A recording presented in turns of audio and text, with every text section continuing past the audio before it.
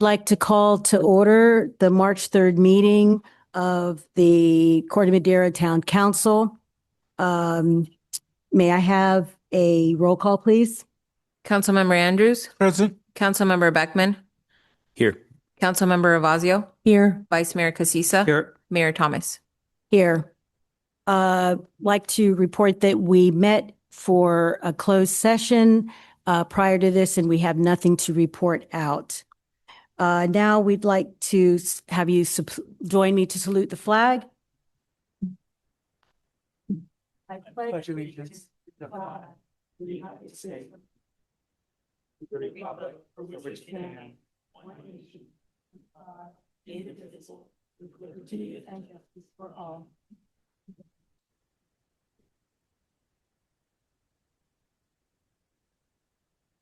We will now have open time. Any member of the public may address the town council concerning any item that is not on this evening's agenda. The speakers this evening, it looks like we have quite a full house. So I'm going to ask that you limit it to 2 minutes to speak. And at some point, if you hear that what you were going to say seems to already been said, I'd like you to consider given the thumbs up, and we know that you have those feelings. If you would like to speak, please line up at the mic and make sure you're speaking clearly and into the microphone. And we will start with those in the house. Mayor Thomas, members of the Town Council, my name is Warren Wells, Policy and Planning Director for the Marin County Bicycle Coalition. I'm here this evening with members of Open Alto Tunnel, a volunteer group working toward the rehabilitation and reopening of the Alto Tunnel for bicycle and pedestrian travel. The tunnel, if opened as the Cal Park Hill Tunnel was in 2010, would link up nearly 10 miles of multi-use pathway running between Sausalito and Terra Linda, creating a seamless link of accessible, safe walking and biking pathway separate from car traffic and usable by people of all ages and abilities. With the smart sales tax reauthorization looking likely, this number will grow in the coming years, extending to Novato and beyond. Just over 25 years ago, this council passed a resolution endorsing the initial study of this project. Thanks in part to this council's vision and advocacy, Marin County received nearly $1 million from the federal government earmarked to that end. A planning corridor study, a property rights study, and a geotechnical study were all completed in the 2010s. However, since that grant money was spent down, the county has not moved forward with the studies needed to address the remaining questions. We are here to ask you to update that quarter-century-old council resolution to reflect the work that has been done to date and renew the request that the outstanding issues be evaluated by the county. At that point, after a fuller picture of the costs and benefits of the project is known, can the decision makers, the county, and the adjoining cities decide whether to seek funding for this project. In your packet, you will find a sample resolution for your consideration, as well as a petition that MCBC and Open Alto Tunnel have been collecting signatures for, joined by over 2,000 Marin residents, including over 300 members, constituents here in Corte Madera. I thank you for your time and consideration and look forward to the proposed resolution being discussed at a future council meeting. Thank you. Thank you. I thank the council for this opportunity. To speak to you. I don't take it for granted these days. You are servants of the people, and I hope that you're listening carefully today. I live at 8 Tamla Vista Boulevard with my wife, Vicki. We often ride our bikes recreationally, go to coffee, and most often we go north or go to Ross Valley because, frankly, the route over Horse Hill, even with our e-bikes, is not comfortable. That's because we have that on-ramp onto 101 off Casa Buena. If the tunnel were open, we would be spending our money probably more often in Mill Valley. And likewise, people in Mill Valley, even in San Francisco, would be coming over here and spending their money for coffee, donuts, whatever, fuel for the cyclists. They would be spending money here in Corte Madera. And I know the town recently asked residents, what we could do to help local business. I think this is one angle that you should think about in thinking about the tunnel. So I hope you put it on your agenda to discuss the resolution of support for the tunnel. Many people in town don't know that it even exists. So having that conversation now after so many years, I think is very relevant. Thank you. Hello, council members. My name is Sandra Becker. I live in San Anselmo, and I am here this evening to show my support for the resolution before you and encourage you to vote for it. I currently ride over the hill probably a half dozen times a month. And I'm 68. And when I'm 78, I don't think I'm going to be able to ride over Horse Hill or up Camino Alto to get over the hill to continue riding into Mill Valley and beyond. So I vision myself using the tunnel not only for recreational, but also for commercial purposes. If the tunnel was open, I would be much more likely to be riding my bike into Mill Valley and into Sausalito to do things that I can't do right now because of the steepness of the hill. Thank you for your time. Good evening. I'm Dwayne Price. I live in Larkspur, about 2 blocks from the Corte Madera line, about a half a mile from the Alto Tunnel, and I would really like to see that tunnel open, even though I'm probably going to be too old to use it much. However, there's a whole lot of new people coming into my neighborhood, young people, bringing along a couple of kids and a cargo bike. I see them cruising down the street there with kids on the bike. They're going to want to go cruise on through that tunnel down to Sausalito, Mill Valley. And when those kids get to school, they're going to want to climb onto their bike and head over to Mill Valley to the Ed McGuire Mill Valley Middle School for extracurricular activities. And those kids over in Mill Valley are going to want to come over here, to Ribbit High or someplace for their activities. Whereas right now, they all pile into a car and mess with this craziness out on Tamalpais and Blythedale. So let's get this tunnel open for them, and please, you could do it so much. You could just simply reaffirm that resolution to reopen the tunnel. That's all you really need to do. Thank you very much. And my neighbors, thank you very much. Hi, my name is Chris Concannon. I'm a homeowner resident in San Anselmo, and I'm here to ask you to renew the resolution to open the tunnel. I have a couple stats to discuss in terms of safety. So Marin County, according to state of California data, consistently ranks in the worst 5 counties when it comes to pedestrian and cyclist accidents. And the corridor that the tunnel would bypass in particular has had more than a dozen pedestrian and cyclist serious accidents or deaths since 2014.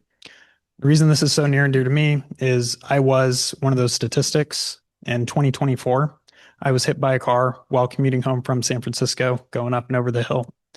And I'm lucky to be here today. Broke 9 bones, was in the hospital for 3 days.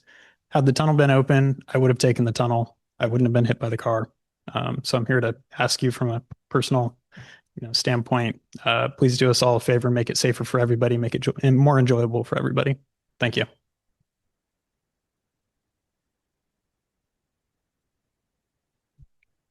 Persuasive testimony, I must say. Michael Harlock, 533 Redwood Avenue, up Christmas Tree Hill. Moving. Of course, I support your continued support of the earlier resolution. That's why I'm here.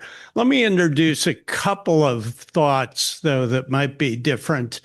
My firm is an architectural and planning firm, and we've studied the cross-section of the hill. And I won't go into detail, but I think when we get down to the engineering, there's a possibility of a new bore immediately above the existing, shorter. There are many new boring techniques. Mr. Musk is only one of them. Let's not bring him into it. That would be shorter, and the bore would be wider and straighter.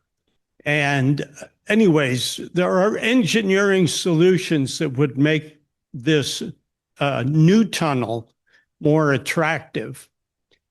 And I've had a lot to do, as most of you know, with Old Corte Madera Square.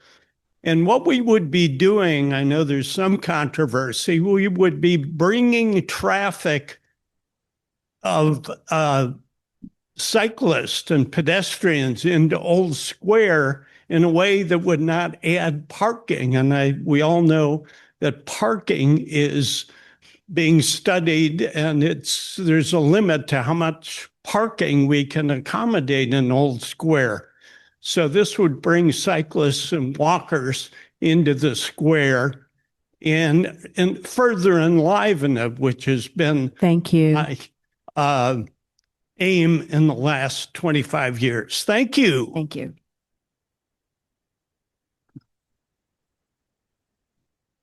Hi, I'm Santha Brusso. I live in San Anselmo, and I'm a member of the Marin County Bicycle Coalition. I encourage you to pass the resolution to investigate opening the Alto Tunnel. It's really an incredible opportunity, and I think we need to, as a community, position ourselves to apply for funding to actually make it a reality in the future. It's not going to get any cheaper, and so we want to be able to be in a position to be ready to avail ourselves of funding by having this issue studied. And what we want to do really is make Marin a truly bike-friendly destination. And what this tunnel could do is really change the culture of biking in Marin. So it's not just for real enthusiasts or athletes, but that it really could be for everyone. And like literally hundreds, if not thousands of people per day would use this tunnel, including me as a commuter to San Francisco and Oakland, my kids who are in high school and who often bike to or want to go to Mill Valley to see their friends or actually to work as soccer referees. And so really encourage you to consider this because, you know, that money, it doesn't just go to it can't just be spread to an equivalent number of existing routes. It's important to create dedicated, a safe route for bikers and pedestrians that is accessible. So thank you. Hi, Mike Strasser, Madera Gardens. I'm also on the BPAC. I would really love this tunnel to open. I think the criteria would be anywhere where a 7-year-old or a 70-year-old can ride over the grade is clearly not possible today. Horse Hill and Alto Grade is just, they're too steep. So a 7-year-old would be weaving in and out of the road and cause great harm to them if they get hit. Also, I'm concerned about the city's impact to non-action. If we have to fill that tunnel because it continues to collapse and potentially causes issues with the houses above, we're going to have to then stomach that cost ourselves because there won't be a grant that's going to help us in that case. And so then we'll have a $10 million hole to fill or a $50 million bore to actually gives us so much benefit and use and utility. So hopefully we can put the money in and get those grants where we have less cost to the community than filling the tunnel would be. Thanks.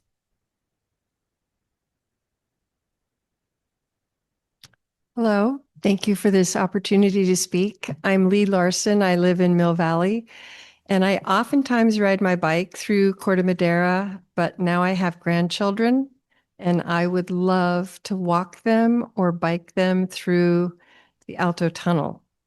And one reason why I'm here tonight is because if you choose to renew your support of the resolution of support, it will mean a great deal in getting us to the next step of an environmental impact report, which we need before any work can proceed on the tunnel, because we just need more information. So I'm here tonight to ask if you could agendize this item and give it, I hope, your support to renew a resolution of support to look into the Alto Tunnel.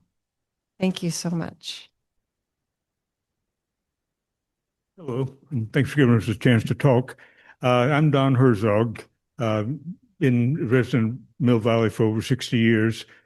I'm a geotechnical engineer and have been studying this tunnel for literally 30 years. And I really ask for your support for the tunnel, but more importantly, your support for a continuing study of the tunnel, because every railroad tunnel in Marin County, every single one has collapsed. This one is an ongoing collapse. The collapse will reach the surface. It already has destroyed a part of a house at the south portal. So the tunnel either has to be abandoned properly, which is about $9 million paid locally, or reconstructed. And the price hasn't changed one penny since the estimate was done. The dollar has gone down, so it's going to take more of the devalued dollars. But the lies that people are spreading about the cost of the tunnel being in the hundreds of millions of dollars are nothing more than lies. Building that tunnel and reopening it will take 2,000 cars a day off our roads. It's get rid of 16,000 vehicle miles of travel a day. It's a no-brainer. And if we do it properly, the only thing that's going to be paid for locally is going to be the environmental study, and the rest of the money will be from state and federal grants. And if we can't get those grants, nothing's going to happen. And if we do get the grants, that's money coming into the county. So please support this resolution. Thank you very much. Hi, I'm Michael Charlie. I live in Mill Valley. Thank you, everyone, for listening to this litany of us. I know it's largely symbolic, but symbolism matters, and this is hopefully not seeming just like a niche issue. I drove here. I sat in a lot of traffic, which gave me a lot of time to think about how I'm part of that traffic, and I would have preferred to have biked here. I think the only point I want to make is that we have these incredible train grade paths that exist on either side of this tunnel, but this tunnel is the linchpin in the system. And Corte Madera sits right there. And it's like, if this were to be opened, the entire bikeway network would be a crown jewel of bicycle infrastructure in the United States. This would be the spine of bicycle superhighway, and you'd have to go to like Europe to find comparable analogs. I know this is not a political environment that's probably conducive to like federal grants for pedestrianized infrastructure, but that time will come, and we need to be on the front foot around making sure that we are prepared to capture that opportunity. And so that's why I ask that the town of Corte Madera support the resolution of opening the Alto Tunnel. Thank you.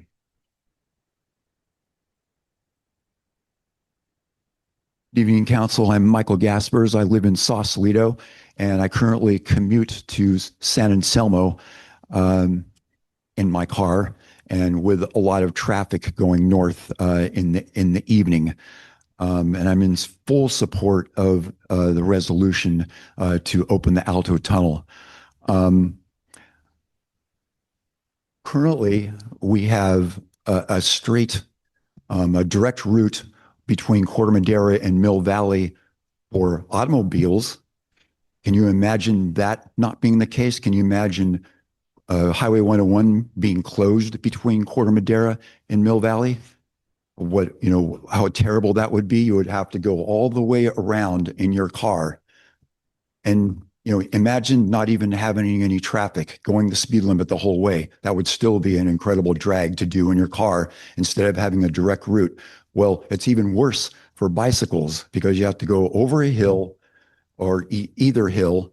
And I've gone over Camino Alto only twice. I'll never do that again. It's a horrible way to get over the hill with a bicycle, and Horse Hill is not much better. And also just a reminder, this is not just a connection between Corte Madera and Mill Valley. It's a regional route for the entire county, just like Highway 101 is for cars and motor vehicles. So please agendize this item and support the opening of the Alto Tunnel. There is a study done by the Rails to Trails Conservancy for the county of Marin. And if you would read that, it's kind of like, if you build it, they will come, or if you build it right, they will come. And reconstructing the Alto Tunnel is building it right. Thank you. Hi, my name's Stacey Evans. I live in Mill Valley. I ride my bike a lot. I am an employee of and teach kids to ride bikes and safe routes to schools. And every time anything that will help get more kids on bikes, I'm in favor of. So please, I just want to show my support for this. Please consider renewing the resolution for the Alto Tunnel opening. Thank you. Hi, my name is Liz Bernstein. I am a Mill Valley resident. I am with the Bike Coalition here, and I'm here for the resolution for the Alto Tunnel. I work remotely and have a lot of meetings north of Mill Valley, and I have to choose between Horse Hill or Camino Alto now, which both make me sweaty, and I don't like to get to meetings sweaty. A little bit of a different approach here. But having the tunnel would be great because I could get to meetings and I can easily go anywhere. And I know that I'd be safe on the road and I could get to a meeting presentable for everybody that I work with. Thank you. Mitchell Marriott, Corte Madera. I'm here in support of the resolution to open the Alto Tunnel for all the reasons I think were mentioned brilliantly, but I'm going to add that I think it'll really bring our community together better, and we always need a little bit more community love, as well as it would be cool.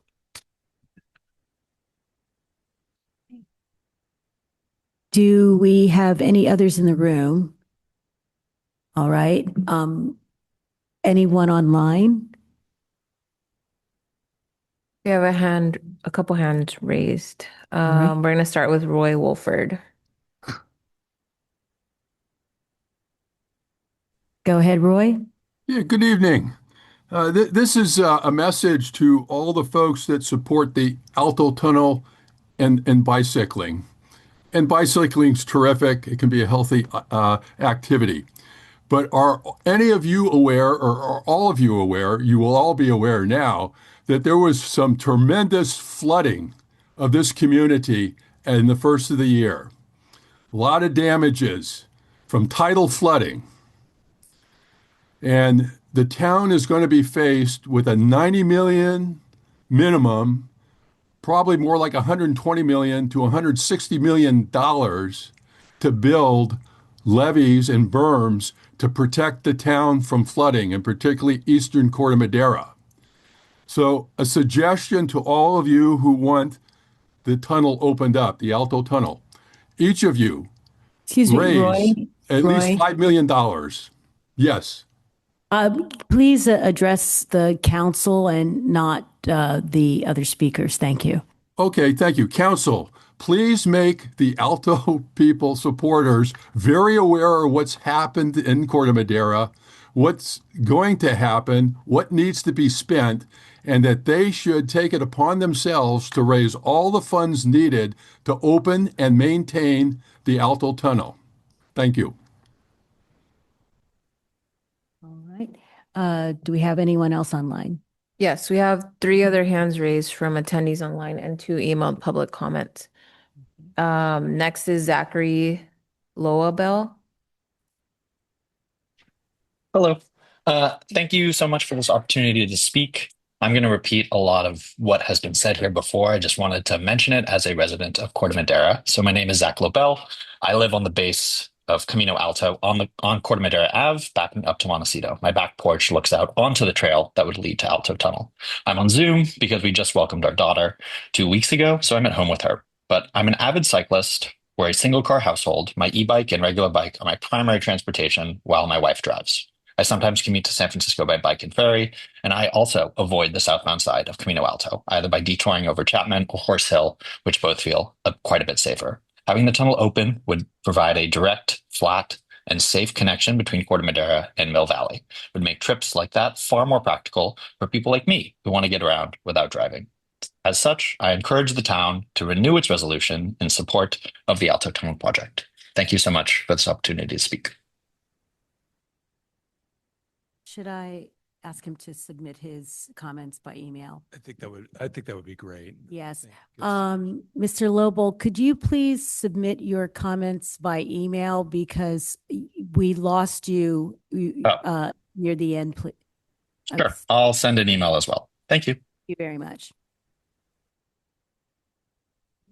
Do we have anyone else who would like to try? David Seltzer.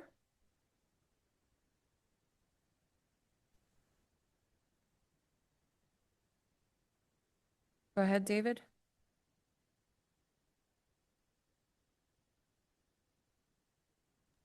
Oh, can you hear me now? Yes, we can hear you. Okay, sorry about that. Yeah, my name is David Seltzer. I'm a resident of San Rafael.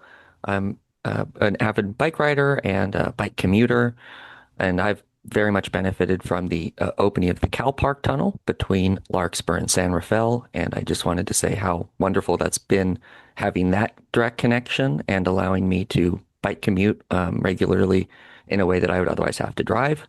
I do also regularly bike to Mill Valley, and I often see a lot of car traffic backed up on Camino Alto.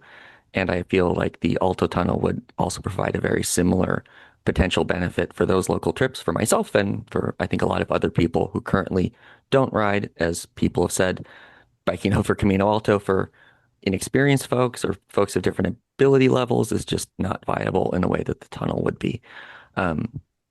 And yet, and there's a lot of the other points that other folks have already made, so I won't go into that.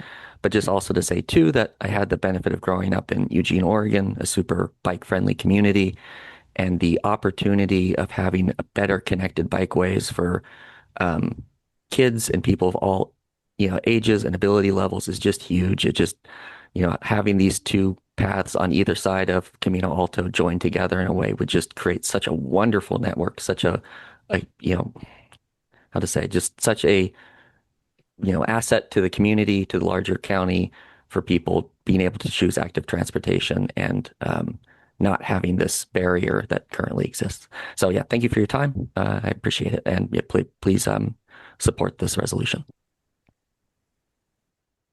Okay, and then a hand raised from Mark Whittenkeller.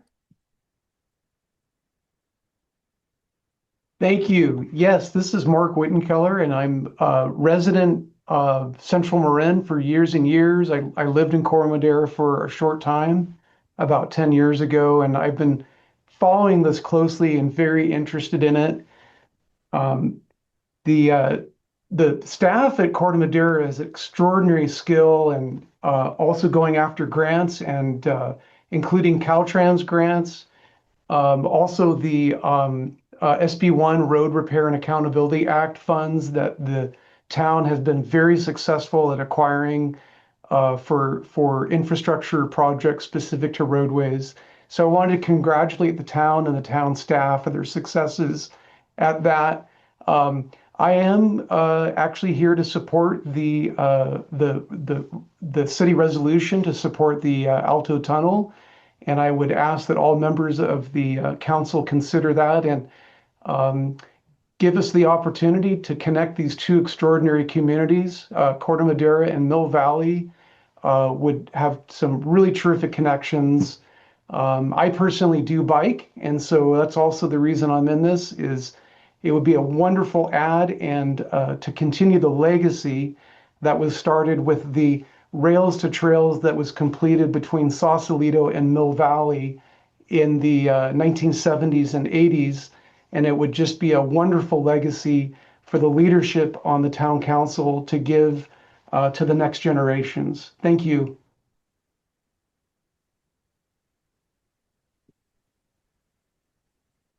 Okay, and then we have one emailed public comment from Sprague Turplin. And it's a short one, so I won't use the timer. It says, to the Corte Madera Town Council, I hope that you please renew your resolution in support of reopening the Alto Tunnel for pedestrians and cyclists. Thank you, Sprague. And also, Zach Lobel emailed his comments, and those will be added to the website along with all the other comments that were received through the week prior to the start of this meeting. Thank you. Then we will move on from open time and on to, let's see. Yes, on to presentations. And the first presentation we'll receive is Yolanda Farrens, Public Affairs Specialist for the U.S. Small Business Administration regarding the current SBA program. Hi, yes, thank you for having me this evening. I'm here to discuss Marin County was added to the disaster declaration from the early king tides and tidal floodings that happened in early January. With the disaster declaration, what that entails is residents of Marin County is eligible for physical disaster loans, economic injury disaster loans, and home disaster loans. Homeowners, renters, business owners, and nonprofits are eligible for low interest loans in order to assist with the repair recovery of their homes and their businesses from the disaster. Home loans are as low as 2.875, business loans as low as 4%. Nonprofits are at 3.625, IDLs are 4%. Some of the benefits of using Small Business Administration's federal disaster loans is there's 12-month payment deferral with no interest accrual. The countdown begins once first disbursement is received. There's no prepayment penalties. There's 2 years to request an increase. Mitigation funding is available for any homeowner or businesses that own real estate that require repairs from disaster. Funds come directly from the Department of Treasury. There's no fees to apply and no obligation to take approved loans or full approval amounts. The loans are typically used while waiting for insurance to pay out. A lot of survivors utilize those loans in order to begin the repairs immediately. And once the insurance pays out, they pay back the loan immediately to prevent any paying for any interest after that 12-month. The deadline for applying for physical damage loans is April 6th, and for economic injury is November 3rd.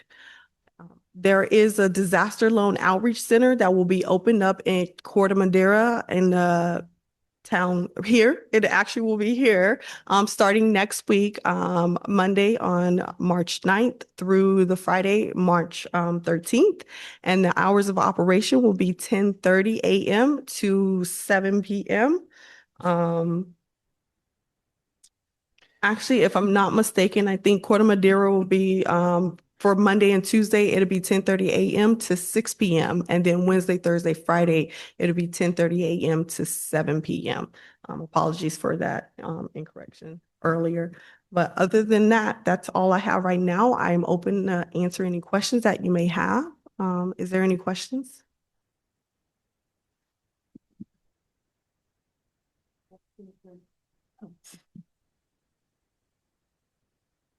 We'll open it for public comment. Would the public like to speak on this? Anyone in the? Okay. Do we have any questions from the council? I just have one quick question. I want to say, what's the catch? I'm just kidding, by the way. No, it just seems like it's a really good deal. The rates are low. The terms are really great. You know, there's no prepayment penalty. It just seems like it's a really good deal if residents or businesses can take advantage of this. Yes, that is correct. And businesses can get approved up to $2 million, homeowners, 500,000 for personal properties up to 100,000. The loans can be used for real estate, inventory, machinery and equipment, supplies, and other business assets.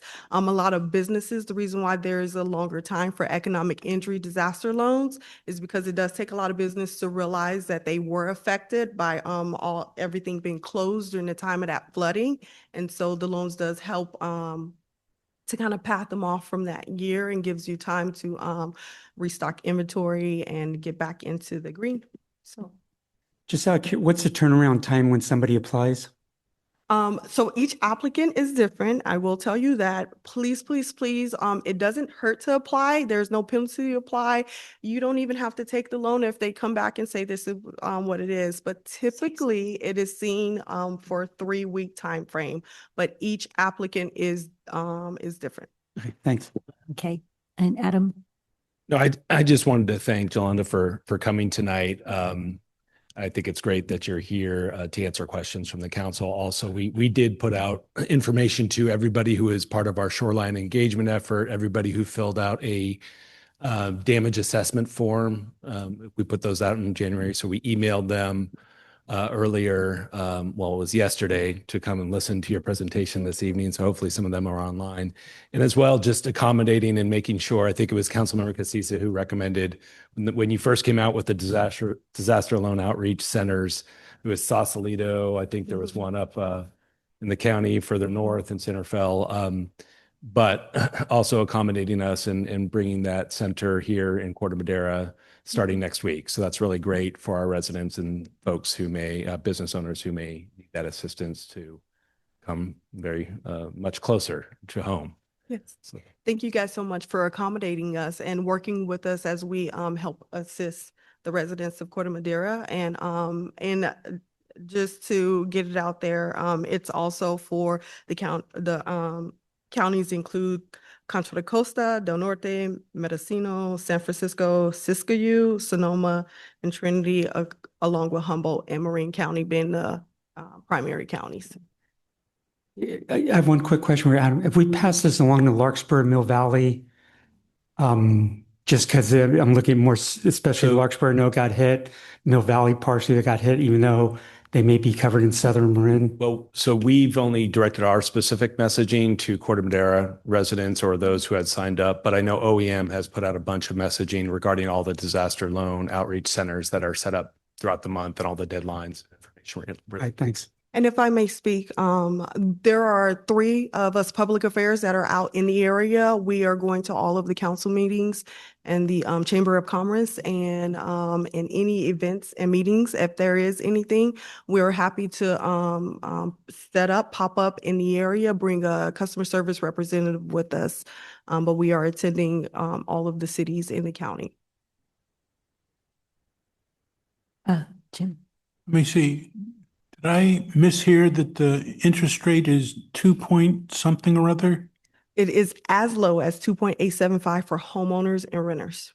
Okay. And is it a fixed rate for as long as the loan's outstanding? It is a fixed rate for up to a 30-year term. First year term. Okay. Thank you.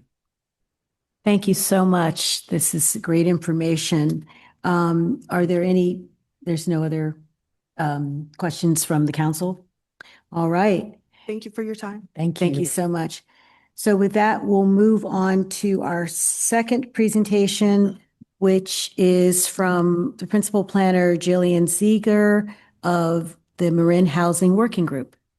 Yes. Good evening, Mayor Thomas, members of the council, Amy Lyle, Community Development Director. I just wanted to give a brief introduction to Jillian's presentation tonight.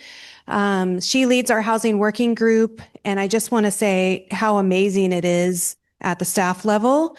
She's going to talk about what the work she has done with this group and how they formed and why and what they're up to at this time.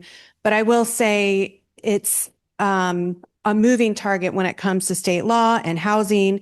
And the group has obviously worked on the housing elements together, but it represents a lot more than that of collaboration around the different jurisdictions on all the implementation of housing elements, but it also provides just consistency around jurisdictions for the other collective work that's happening. And Jillian herself is very passionate and very well informed and trained on all things housing. So we call her for everything housing related. She's really our local expert. And most of the other counties, the collaborative groups are staffed by a consultant. So it's very rare that we have someone who's housed within government. She does work for the county of Marin, who understands our worlds and is able to help kind of decipher state law as our teammate in that way. So with that, I just wanted to introduce Jillian and thank her for coming tonight.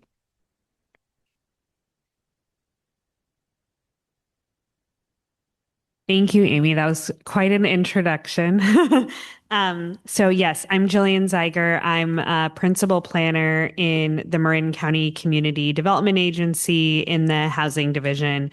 And I was invited here tonight by staff to give a brief presentation on a great interjurisdictional collaborative. So I spend between 30 to 50% of my time on the housing working group just depending. But I also worked on Marin County's housing element. I work on our Affordable Housing Trust Fund, and I work with developers to build housing in unincorporated county as well. Next slide.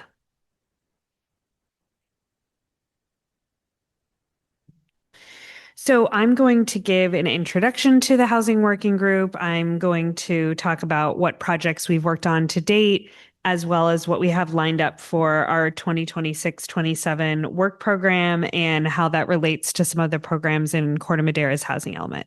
Next. So the Housing Working Group was formed in 2018. My deputy director, Lily Thomas, and I started attending the planning director lunches, and those occur on a monthly basis. The planning directors meet, they discuss issues and topics, and we found that the topic of housing came up quite often. And very few jurisdictions have housing staff. So therefore, we started the Housing Working Group first as a way to support each other through implementing state law, but it really morphed into something else, as Amy described. It's a collaboration. We share projects, policies, we work together on implementation, and I manage the Housing Working Group, and I'm supported by consultants that we hire for specific projects, as well as my deputy director, Lily Thomas. Next. So the Housing Working Group projects evolved out of funding mechanisms. SB2 was a state grant, and REAP, or Regional Early Action Planning grants. And this coincided really nicely with the housing element process. So we finished our SB2 grants when housing elements started, but the SB2 grants were a way for us to kind of get ahead of some of the actions we would need to take in our housing elements. And then REAP 1.0 and REAP 2.0 were part of our housing element process. So I'm going to go through each of these funding mechanisms and talk through projects that we did. So next slide. So the SB2 state grant was a one-time planning grant that each jurisdiction in California got. It was a formula amount based on population. And the Housing Working Group decided to pool their funding for 3 projects in response to state housing legislation. So we hired a consultant together and shared a contract for objective design and development standards that are now part of several codes in the county, including yours. We did an inclusionary and commercial linkage fee study that several jurisdictions, including the county and Corte Madera, have implemented.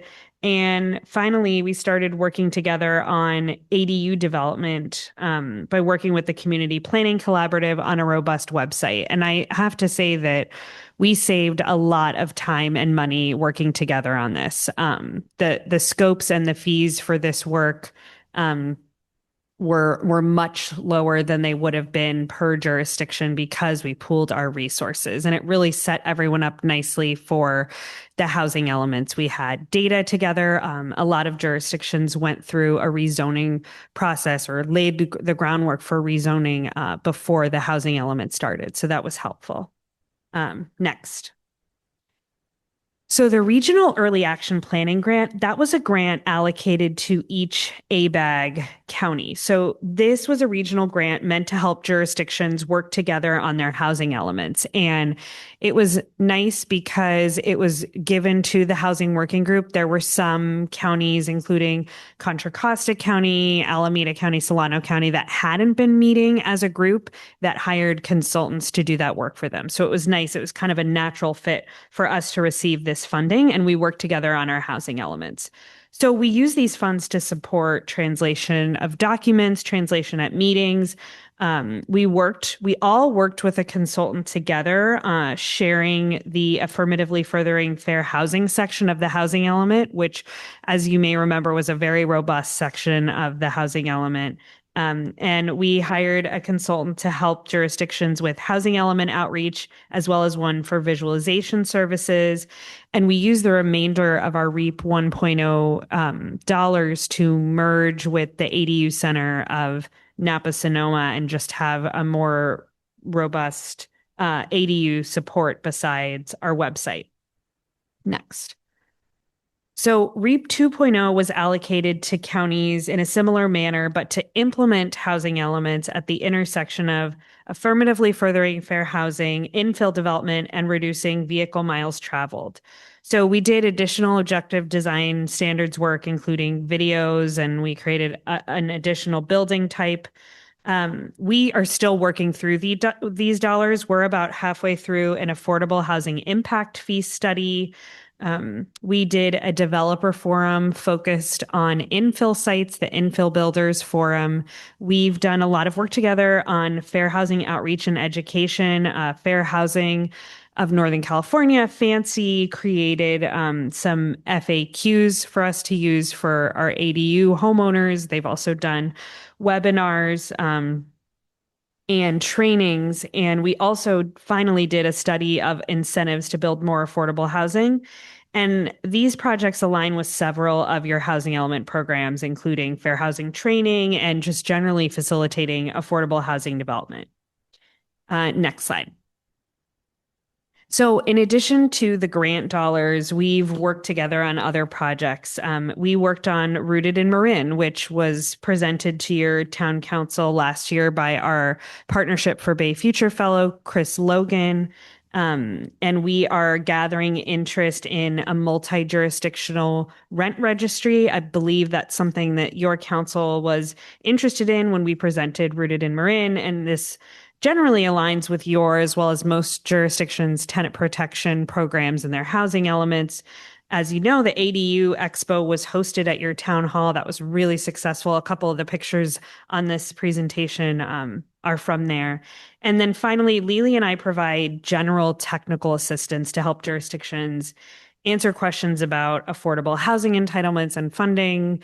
I've talked to Amy and Martha about how we implement certain state laws, how we count units towards our regional housing need, and also just talking with them about how developers can get funding for affordable housing. Next slide. So we work together as a group to prioritize projects for this fiscal year because we no longer have ongoing funding from ABAG. We decided on 2 larger projects to start, including a countywide planning commissioner training and a developer tour that will take place later this year.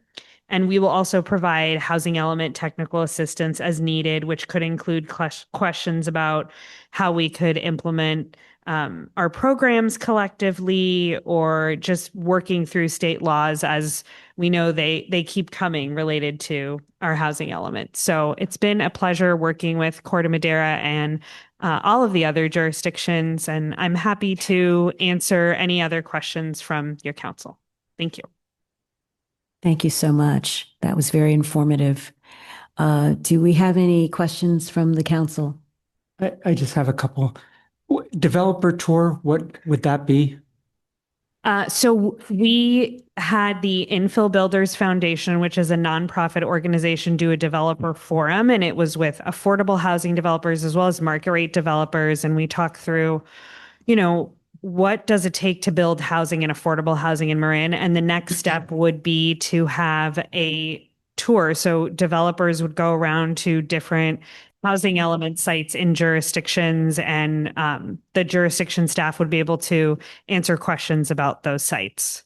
Okay. And then are you planning on doing another ADU Expo? Because I went to the one last year. I thought it was really well done, really well attended. I know Chief Martin from Central Marin Fire was hanging out to make sure we didn't max out on capacity. The only thing I think you were missing was an ADU in the parking lot, but I heard you couldn't get one in there. But I think doing the ADU tour, I think that was more impactful.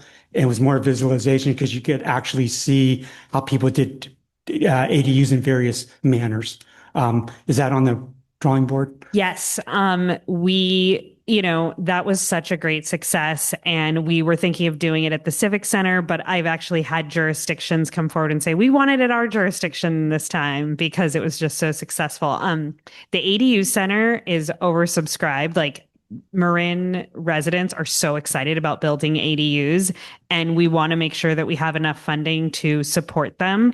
So I'm hoping we can do an ADU Expo again with some additional funding. Thanks. Any other Council member have any questions? Okay, I will open it up to public comment. Is there anyone in the House that would like to comment on this? We have a hand raised from Roy Wolford. Right. Okay. Roy, go ahead. Yeah, good evening again. Council, would you please ask the speaker what work has been done relative to housing to protect existing housing? I think I recall Adam when he was working on developing the housing element, a lot of work to be done there, that the state, when they were demanding certain number of units be built in Corte Madera or anywhere, they didn't care about what the environment was. They didn't care that they were requiring housing to be built on bay muds, in tidal flood zones, in earthquake zones, in fire zones. So it seems that there should be a lot of work effort put into sustaining and making sustainable existing housing and protecting it against environmental hazards. So, Council, please ask the speaker to address that issue. Thank you. No other hands are raised, and we didn't receive any emailed public comment for this item. Are we wrapping up? I just want to do more of a comment, and I would just like to say thanks to Jillian for coming here. I remember the days of just getting this off the ground, and so it's great to see it still thriving and all the great work that is still being done with the Housing Working Group. So yeah, I can tell you from my experience, it's extremely useful way to collaborate with other planners and just especially with the ever-changing world around housing and state laws. It's very complex, and so to have that support throughout the county is just I think shows the effort that countywide we're doing to really support new affordable housing, as this town council knows very well, having approved the 99 unit project last year. Hopefully we'll see that get across the finish line. If you have any suggestions on how to help them with funding, we're all ears. But nonetheless, anyways, just wanted to thank you for coming and sharing your work. Thank you very much. All right, and with that,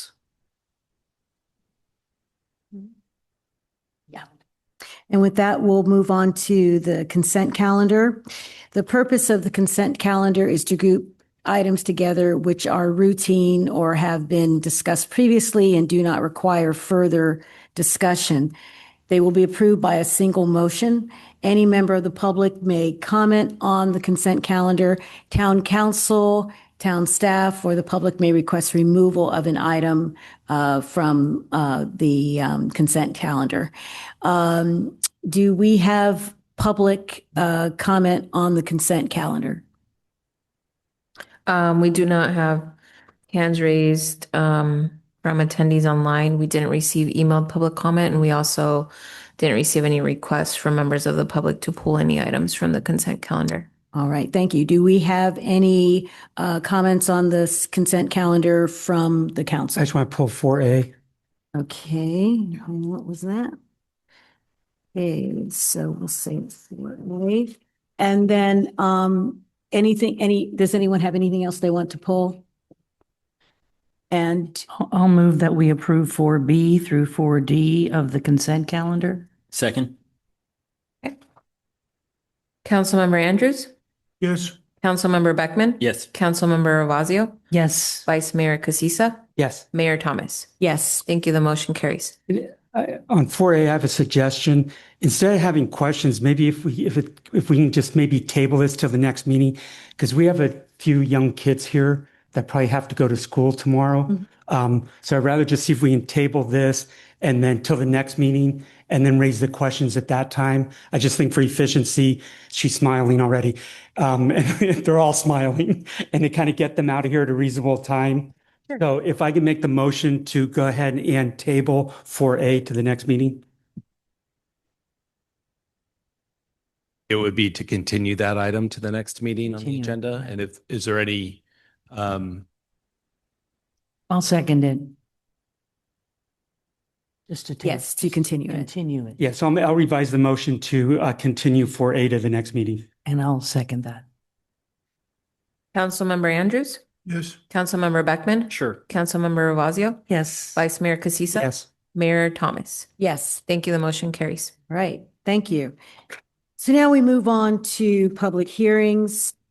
The first is 5A, consideration and possible action to, one, introduce the ordinance adding Chapter 5.07 to the Corte Madera Municipal Code establishing minimum pricing for packages of cigarettes, cigars, little cigars, smokeless tobacco, nicotine patches, prohibiting the redemption of coupons, banning the sale of electronic smoking devices and heated smoking systems, and imposing other requirements, and two, provide possible direction to staff regarding more restrictive regulations to explore as part of the 2026 work plan. That will be presented to us by Rebecca Vaughn. Thank you, Mayor Thomas and Council. Item 5A is the proposed ordinance adding Chapter 5.07 regarding tobacco and nicotine product sales. I will focus my comments on what the ordinance does locally, the decision points before you tonight, and the proposed timeline. Next slide, please. At a high level, this item aligns with the county's model ordinance that was adopted last fall for unincorporated Marin County. It includes minimum floor pricing, no discounts, pricing, display, and manufacturer packaging requirements, and a ban on electronic smoking devices, heated smoking systems, and the component parts. This would be a new Chapter 5.07, separate from our existing smoking regulations in town and the tobacco retailer licensing framework. County staff is here tonight to provide a broader public health overview and can also answer any questions you might have about how the county developed their model ordinance. Next slide, please. Tonight, the decision requested is to discuss the proposed ordinance, take public comment, and consider introducing the ordinance. The staff is recommending an enforcement start date of September 1st, 2026. And this would align with the county's ordinance and allow a clearer education and training period for retailers. Finally, we're asking whether council would like staff to explore more restrictive options as part of the 2026 work plan. Next slide, please.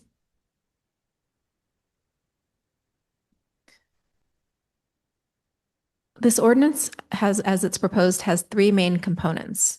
First, it sets minimum displayed prices and minimum packaging sizes for key products: cigarettes, little cigars, smokeless tobacco, and nicotine pouches. The specific price floors and pack sizes are shown on the next slide as a reference. Second, the ordinance prohibits coupons, discounts, and promotional pricing on any tobacco product. It requires tobacco retailers to prominently display pricing and to sell tobacco products in the manufacturer's packaging that conforms to all applicable federal labeling and child-resistant packaging requirements. And third, it would prohibit the sale of electronic smoking devices and heated smoking systems, including their related components and parts. The County of Marin adopted this ordinance last November. The towns of Ross and Tiburon then adopted full bans on sales of tobacco and nicotine products, but neither had existing tobacco retailers in their towns. And Fairfax in early February adopted the county's model ordinance with a Fairfax-specific ban on the sale of nicotine pouches. Next slide, please. This slide is intended as a reference, showing the minimum prices and minimum package sizes that would apply to the cigarettes, little cigars, smokeless tobacco, and tobacco nicotine pouches. The goal of the ordinance is to reduce low-cost access points and increase consistency across retailers. Next slide, please. Locally, we in Corte Madera have 7 tobacco retailers. We have 3 gas stations, our Quick Serve, the Chevron on Tamalpais, and the Chevron in Town Center. We also have Colonial Liquors, Paradise Wine and Spirits, and Total Wine and More, and Safeway. Most sell multiple categories. Some are limited category retailers. For example, Safeway currently sells cigarettes only, and Total Wine sells cigars only. So the impacts would vary depending on the retailer. Council has already received public comment on this topic at their January 20th and your January 23rd workshop, and any additional written comment is included in the staff report or posted to the agenda as received. Next slide, please. On timing, the ordinance would become effective 30 days after the date of adoption, but would not become enforceable until September 1st, 2026. The intent is education first and then enforcement. Compliance checks would be handled through the county under an MOU with the sheriff's office, and staff does not anticipate any added cost to the town. Training and education would also be provided by the County Health and Human Services Department. And to keep prices from eroding over time, the ordinance increases minimum prices by $1 every 2 years after the ordinance becomes effective, unless council changes that schedule. Next slide, please. Council has 3 options before you this evening. Option 1 is to introduce the ordinance as presented and provide any work plan direction if desired. Option 2 is to request any modifications or additional outreach, and staff would return to a future meeting for introduction of that ordinance. Option 3 is to not introduce and not pursue further options at this time. If council is interested in a stricter approach than the county model, for example, if council is interested in any additional restrictions on certain products, staff can scope options for the 2026 work plan. If council is interested in a comprehensive sales ban, staff would recommend a public workshop and additional analysis and outreach before bringing that option forward.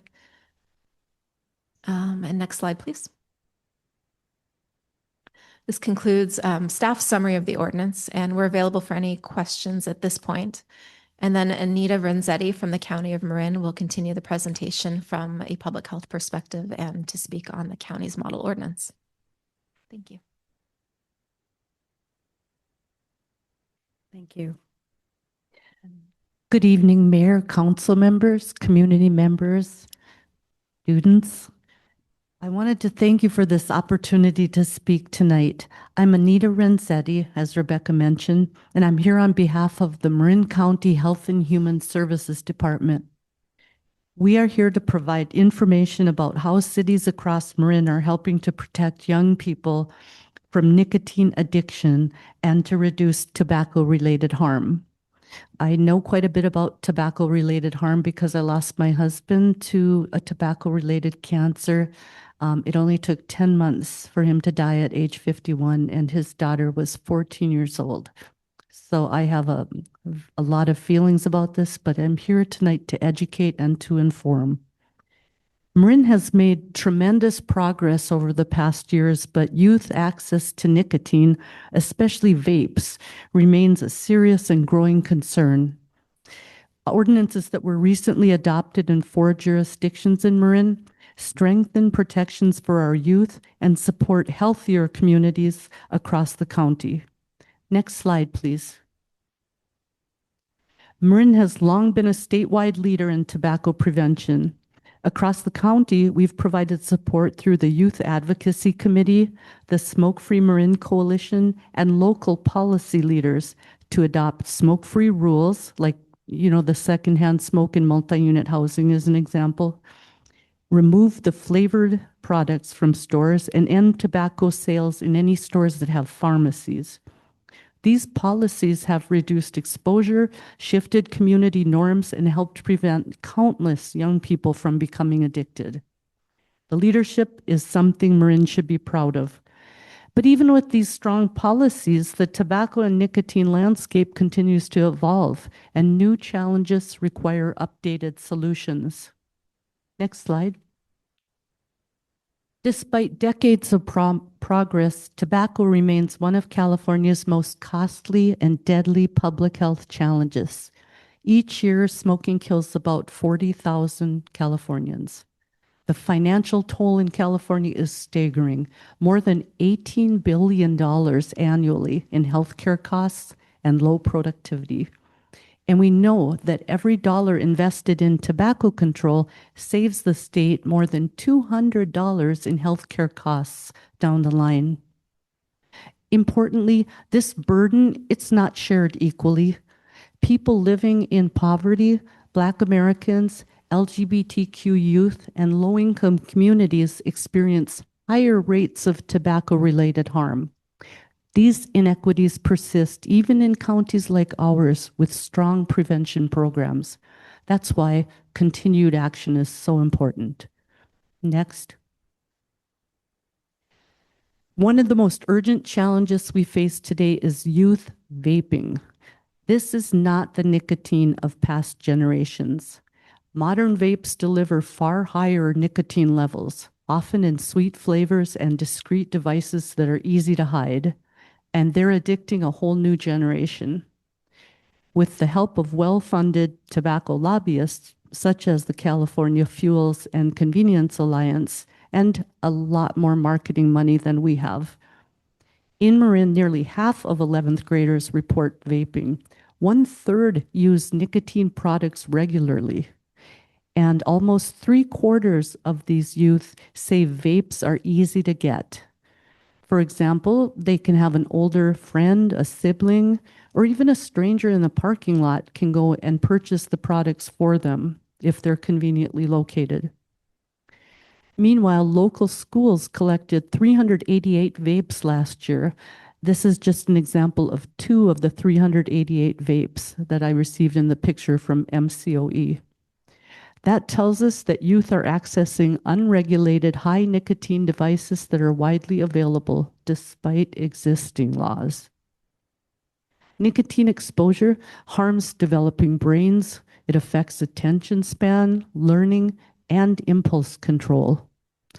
The earlier someone becomes addicted, the harder it is to quit. And when the young people are telling us it's easy to get vapes, that's a clear signal that our current policies need strengthening. Next.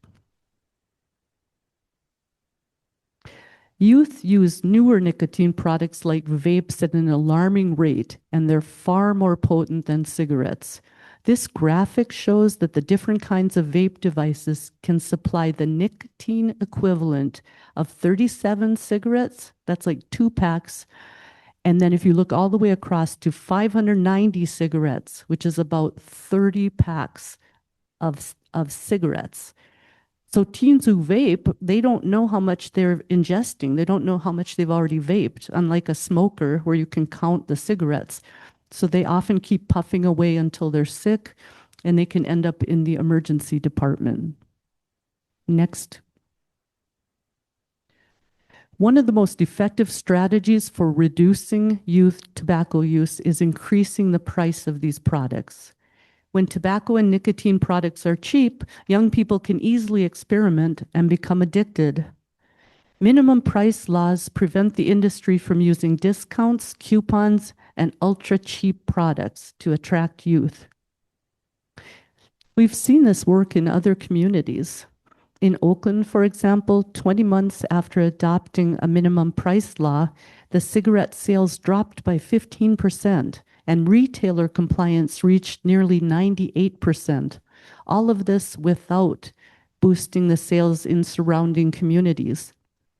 So minimum pricing reduces initiation, it lowers consumption, not just with youth, and it helps to counter the industry tactics that target youth and priority populations. Next. Rebecca already covered this, but this is what Corte Madera's proposal does, the Chapter 5.07. It builds on Marin's leadership. It strengthens protections for young people, and it includes, again, these key components: minimum price of $12, minimum pack sizes to prevent the ultra-cheap single-use items, ends the sale of vapes and heated smoking products, and puts a ban on discounts and coupons. That's been found to be extremely effective. No more 2 for 1, or download our app and then you get, free cigarettes. It also includes a $1 price increase every 2 years automatically to keep the ordinance relevant. Together, these measures close the loopholes that are allowing low-cost, high-nicotine products to remain accessible to youth. They also align with best practices recommended by the public health experts and supported by evidence from 55 other California jurisdictions that passed similar laws. Plus, outside of California, of course, there's also New York City and Chicago. This is a comprehensive, forward-looking approach that addresses both traditional tobacco products and the evolving nicotine market. What it is not, this sales and retail-focused bill, is not an ordinance that bans the possession or use of nicotine products. This does not change the current laws on any of that. Next. Whatever direction the council decides to go in, Corte Madera would not be acting alone. Across Marin, jurisdictions are moving in the same direction. The Board of Supervisors adopted minimum pricing and ended vape sales last year, in November actually. Tiburon and Ross, two cities with currently had no tobacco retailers, have adopted ordinances ensuring that no commercial tobacco or nicotine products will be sold in their communities. And Fairfax just adopted an ordinance similar to the Board of Supervisors while adding a sales ban on nicotine pouches. Regional alignment strengthens enforcement, it reduces cross-jurisdiction shopping, and sends a consistent message that protecting youth from nicotine addiction is a shared priority across Marin. Next. Policy is only one part of the solution. Enforcement, cessation, also known as quit support, and education all work together to reduce harm. How? Marin County partners with the Sheriff's Office to ensure compliance with tobacco retail laws. We also provide cessation resources through our tobacco prevention program and through Kick It California, which offers free quit support that's personalized in multiple languages. Additionally, Marin invests heavily in prevention education, working with schools, youth groups, families, and priority populations to reduce initiation or starting and support healthier choices. Ad campaigns offering cessation support, the quit support, are running in the Marin IJ, the Pac Sun, the Post, which is focused on African Americans, and in the big social media channels across Marin. These efforts complement the policies and help ensure long-term success. Next. Protecting youth from nicotine addiction is one of the most effective ways we can improve long-term community health. The county staff, including myself, is here to offer technical assistance and educational support as you consider policies that will enhance existing protections, align Marin cities with each other, and address the realities of today's nicotine marketplace. Such policies build upon Marin's leadership and reflect a shared commitment to ensuring that every young person has the opportunity to grow up free from nicotine addiction. Thank you all for your time and for your continued partnership in protecting the health of our community. I'm happy to provide additional information or answer questions at any time. Thank you. Do we have questions from the council? Okay, this is for Adam and the town attorney. This ordinance is limited to Corte Madera, even though all the neighboring jurisdictions will copy it, okay?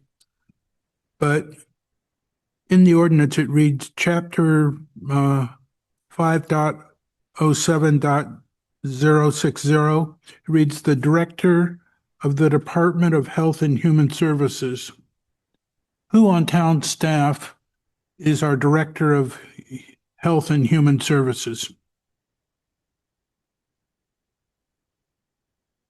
We don't have that within town staff. So I believe it's referencing, and Rebecca, you can correct me if I'm wrong, but I think it's referencing the county's Director of Department of Health. So shouldn't it read the Director of the Marin County Department of? Sure. Yeah, that's who I'm here representing, and it would be Dr. Lisa Warhus. But we are, I think that's mostly around enforcement and education. So we educate retailers.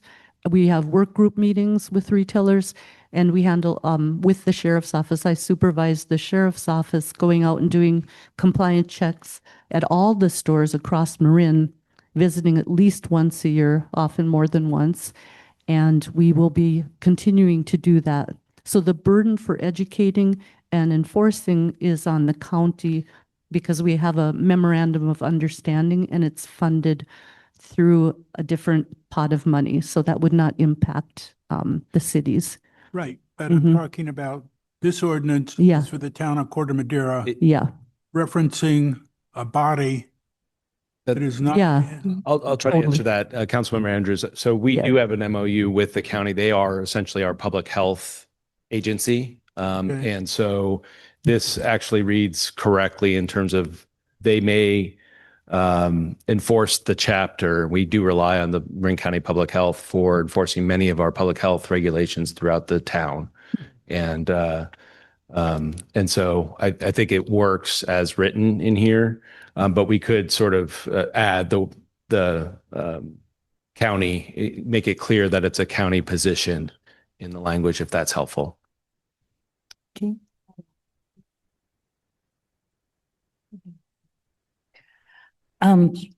So this is a question for both you and our staff, looking at our options. If we wanted to have our end goal be a complete ban and we want to pursue that, should we enact this county ordinance maybe with the Fairfax addendum first and then move forward to a ban, or should we just focus on the end game? Which do you recommend, and what does Adam want us to consider? Allow Rebecca to answer this. I can Rebecca. jump in as well. Go ahead. Thank you, Councilmember Ravazio.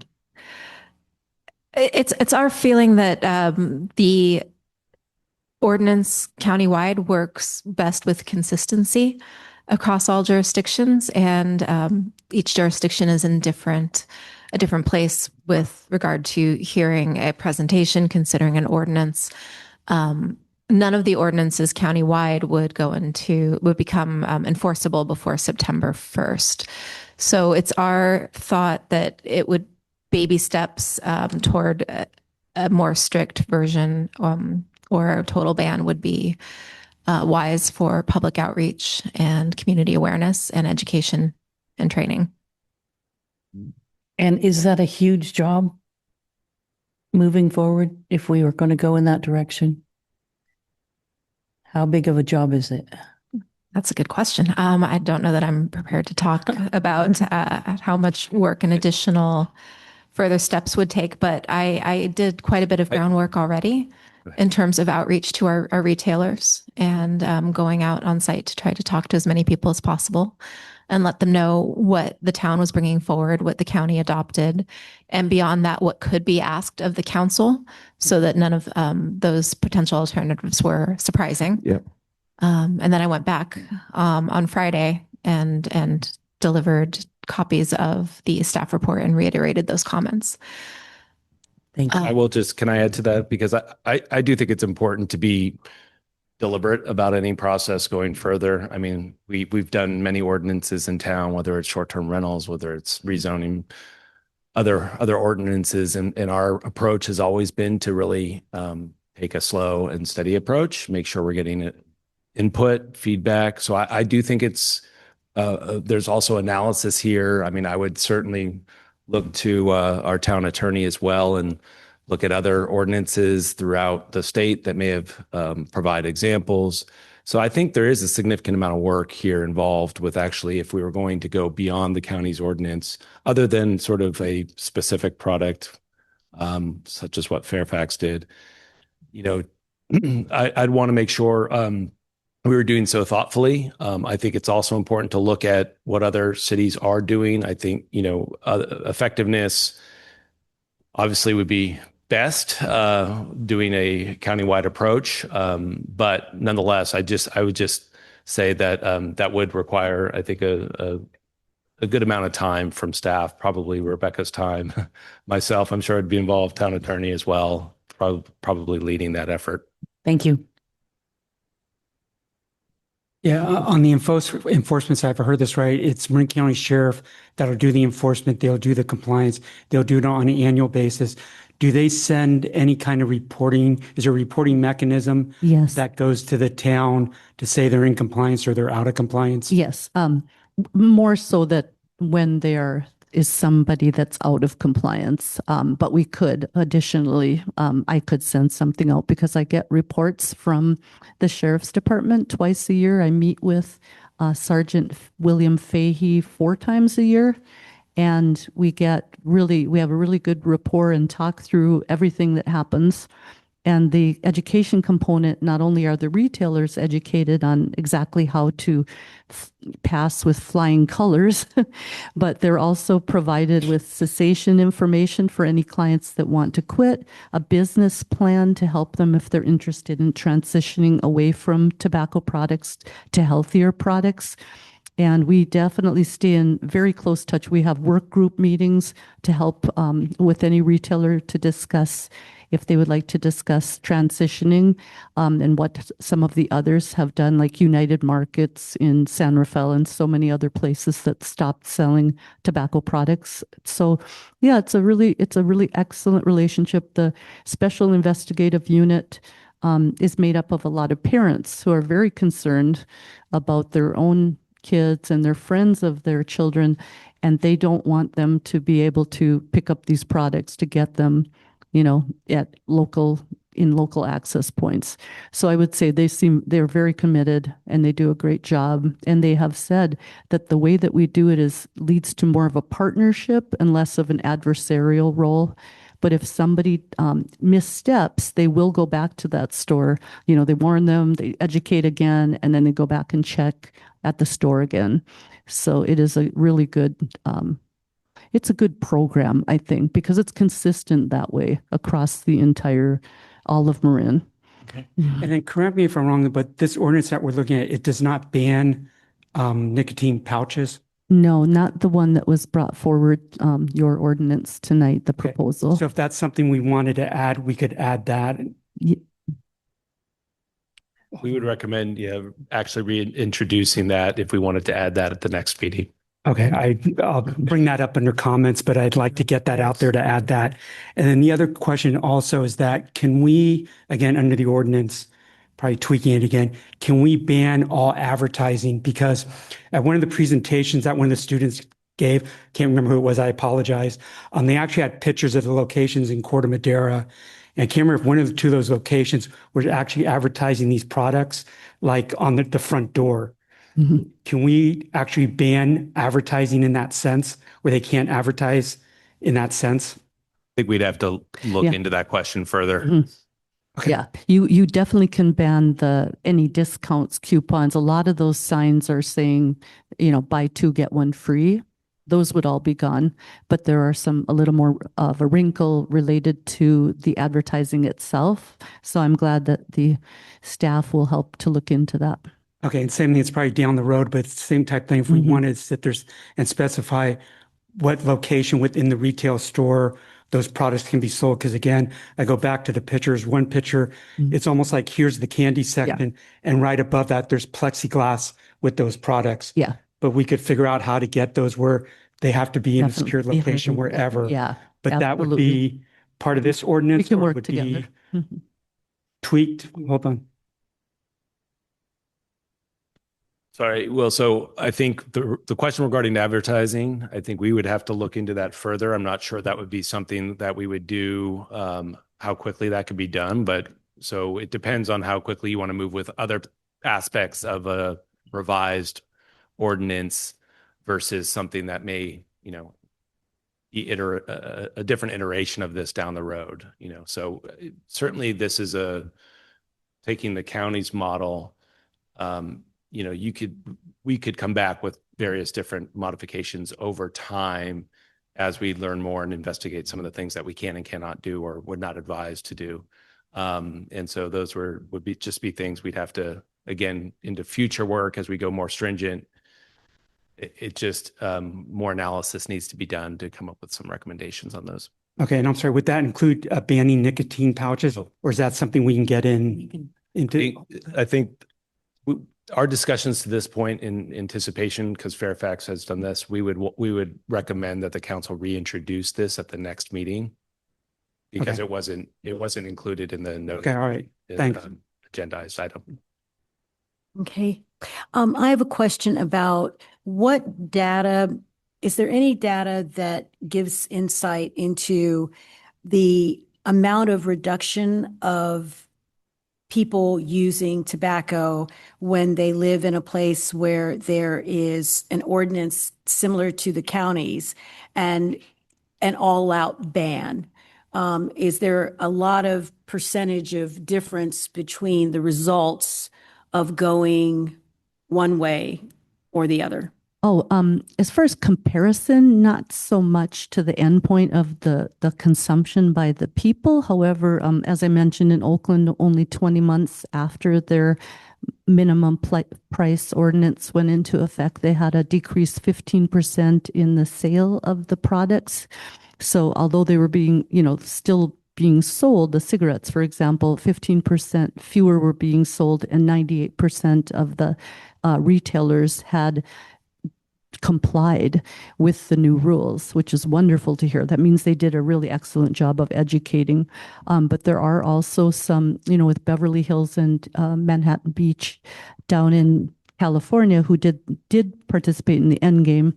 I think they had 29 and 37 stores respectively, with some exemptions. They did also show a reduction in consumption of tobacco products, but I don't have the number right in front of me. I will send the case studies to Rebecca Vaughn to share, if that'd be helpful. Thank you. I did have actually one question that I thought of, if you don't mind. We saw a slide that showed, I think, two of the vapes that you had picked up on a school campus.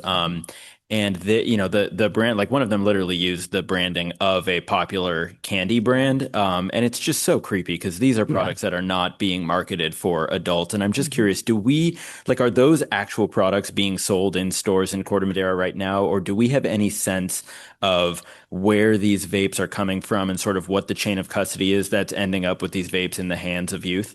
Yeah, not specific to Corte Madera, but there are, we have inklings that some of these products that shouldn't be sold at all are being sold in some of the cities within Marin. I can't get more specific than that, but it is definitely happening, and we're hearing about it from people that would know. And that is very scary because these are flavored items are not allowed to be sold to anybody at any age, but they are slipping through the cracks somehow. So again, some of what we're doing, it's great that we're doing it, but we have to continue to, try new strategies and become more stringent over time so that we can help to stamp this kind of misuse out. And I guess follow-up question on that. If these flavored tobacco products are already banned in Marin County, and we know that they are, and they're still finding their way into the hands of local kids, what gives us the confidence that banning a wider variety of tobacco products is going to be successful when it seems that the flavor ban hasn't been fully successful yet? Yeah, I don't think anything's fully successful, but we try, generally speaking, you try a lot of different methods, and over time, this has been shown to be effective. There are 55 other jurisdictions in California alone that have passed the minimum floor pricing, pack size, and some of these other things that you're doing with the discounts and so on that are in the proposed ordinance. So I guess that would mean that I think that we're following a healed recipe at this point, a recipe for an incremental steps towards what would someday be the end of all commercial tobacco sales, other than perhaps, patches, gum, that type of thing. So I do think that it's worth doing in general. I can't speak to what the council will decide to do, and we'll support whatever you do, because that's our job, is to back you up and to make sure the education and enforcement happens. But I'm just saying that in general, the Public Health Law Center, the California Tobacco Prevention Programs that fund us, and others have a strong belief that these kinds of incremental policies are powerful. Thanks so much, and thanks for your work. Sure. I have one more question. If the county the county ordinance was chosen, as opposed to, let me rephrase it. If we went with an all-out ban as opposed to the county program, would the county still be the enforcer? Absolutely, yes. For example, when Fairfax decided to add an additional nicotine type to an item type, the nicotine and tobacco pouches to their ordinance, at first I was like, how would that work? And then I met with our team and the sheriff's team, and it would just be another spreadsheet, in a sense, another section of the spreadsheet that would say, okay, for these folks, you're also checking for these items. And similarly and if there was an end to all commercial tobacco and nicotine products, we would develop the reels, the short videos, the compliance guides. We can easily, when we mail everything out, and we also email it to all of the people who are on record as the owners and managers of these stores, we make sure that they get the information they need that's specific to their stores. And that's what they would be tested on with the unannounced compliance check. All right, thank you. Sure. So at this time, I'd like to open it up to public comment. And since can you all please raise your hand if you're intending to speak tonight? I want to get a sense of what our time looks like. So yeah, you can line up. I think we will limit it to 2 minutes per person. Thank you. Hi, Mayor and council members. I have no opinion whatsoever on the issue, but I did want to answer a question that was brought up for educational purposes. I wanted to clarify that in Beverly Hills, they had 29 tobacco retailers at the time that they adopted a policy to end all commercial tobacco and nicotine sales. Manhattan Beach had 17. A reminder again that there are 7 in Corte Madera. And preliminary data from Beverly Hills has shown that adult smoking rates decreased by 50% over the 2 years since the policy went into effect. Thank you.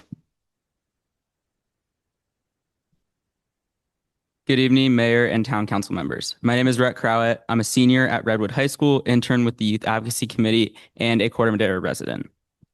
I'm returning to speak tonight because the daily reality for students in our community remains an urgent public health crisis. Since my public comment in January, the presence of oral nicotine pouches like Zyn has only become more pervasive, and it is vital that we address the specific harms these products inflict on youth in our community. Every day, I see classmates and friends vaping nicotine and using Zyn and other oral nicotine pouches throughout school, in the hallways, classrooms, bathrooms, and parking lots. These teens are destroying their bodies and minds, all because they are addicted to nicotine. Nicotine is a powerful neurotoxin that damages the brains of young people, and what my classmates and I see every day is reflected in local data. Vaping rates at Redwood remain high, and cigarette smoking is still a substantial problem. From my personal observation, my classmates are using Zyn nicotine pouches at higher rates than vapes, cigarettes, or any other nicotine product.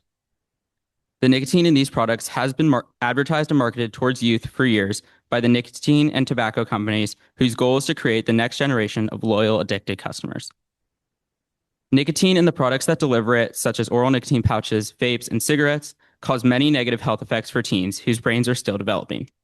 These include increased anxiety, depression, and irritability, tooth decay, gum disease, headaches, nausea, and a long-term dramatic increase in the risk of cardiovascular disease, diabetes, hypertension, and many types of cancer, particularly lung and oral cancer. The detrimental effects of nicotine addiction are entirely preventable. And considering these devastating impacts, it is imperative that Corte Madera not only restrict the sale of nicotine pouches or nicotine products, but also pursue an end to the sale of nicotine products in general. By ending the sale of tobacco and nicotine products, Corte Madera would be acting decisively to protect youth and community members from the deadly and yet preventable effects of nicotine. Thank you for your consideration and your time.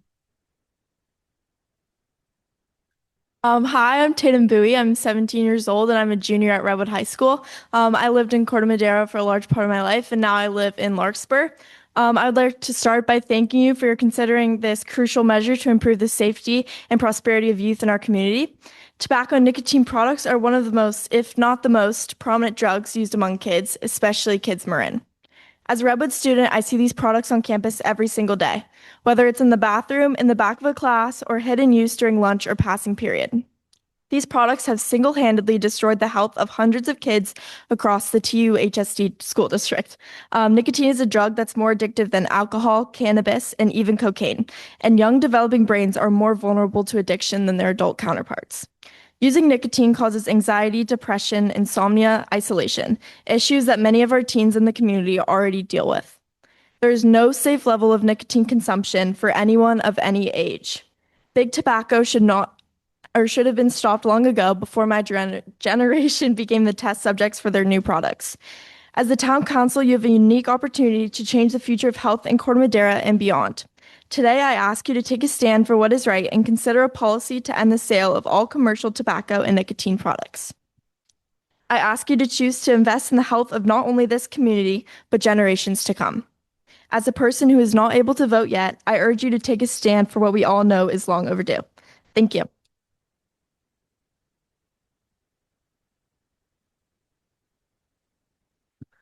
Good evening, council members. My name is Andrew Del Sol, and I'm a student at Redwood High School, and I've lived in Corte Madera my whole life. I'm here to strongly support the adopting for the Board of Supervisors ordinance to the end all sales policies, just like Ross and Tiburon. These policies are necessary to protect young people. Nicotine is addictive and it isn't just an adult problem. Vapes and nicotine pouches are intentionally designed to appeal to teens, and they're made for companies to profit off the kids when they get hooked. The teenage brain is still developing, and nicotine changes with the brain chemistry, increasing anxiety and making it harder to learn and focus. I see nicotine use in the bathrooms, parks, and even during school hours. What looks like a phase often becomes a long-term addiction. There is also an environmental cost to continuing to sell these products in the community. Disposable vapes are full of batteries, plastic, and toxic chemicals, and most end up in litter in our streets and walkways.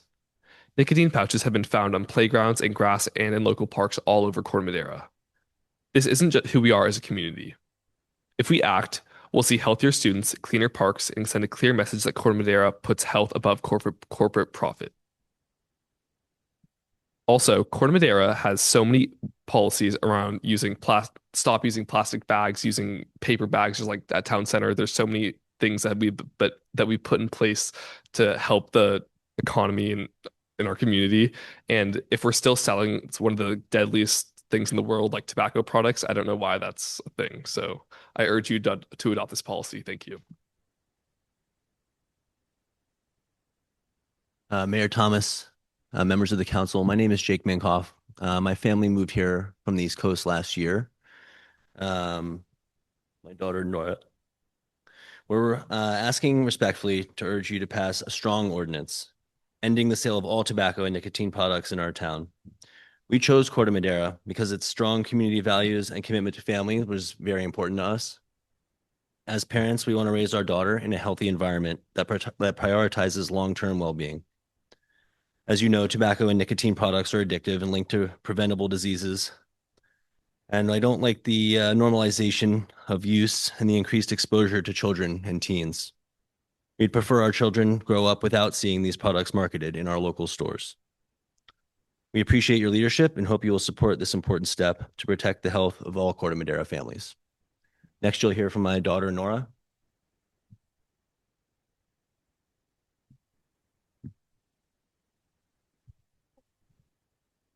Hello, my name is Nora Minkoff, and I'm a fourth grader at Cove School. I wanted to share something about my grandpa. He smoked most of his life, and now he has a disease called COPD. He has several lung surgeries, and sometimes it's hard for him to breathe. It makes me sad to see him like that. I don't think kids should grow up seeing cigarettes and vaping in stores like they're normal. I hope our town can help protect kids and families from these things. Thank you for listening and giving me the opportunity to speak.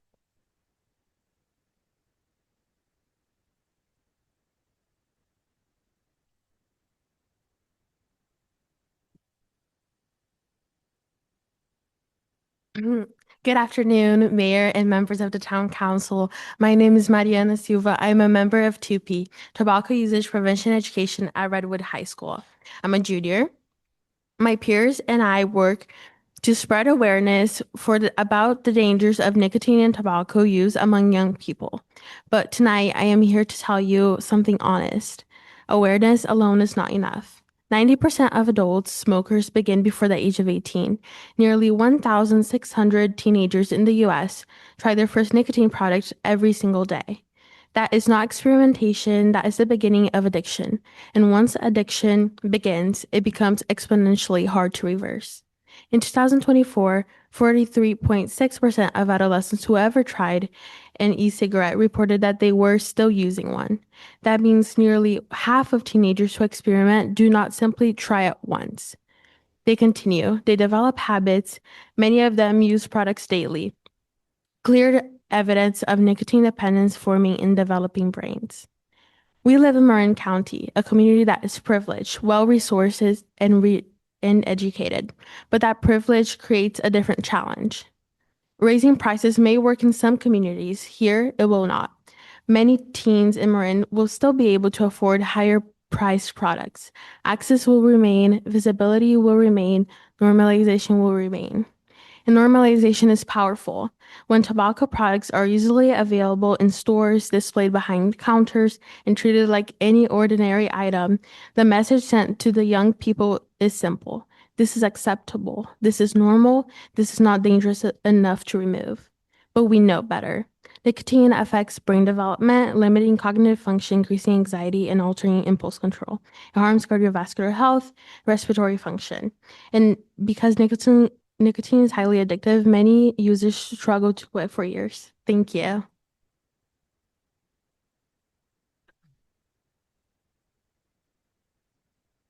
Hello, Town Council. Thank you for allowing me to speak. I want to directly respond to Mayor Thomas's question about some of the effects that you might see with a ban like this. I'm a resident of Kentfield, which has a similar ban to this, and I want to share some of my experiences going to schools as a peer educator, namely Hall versus Kent.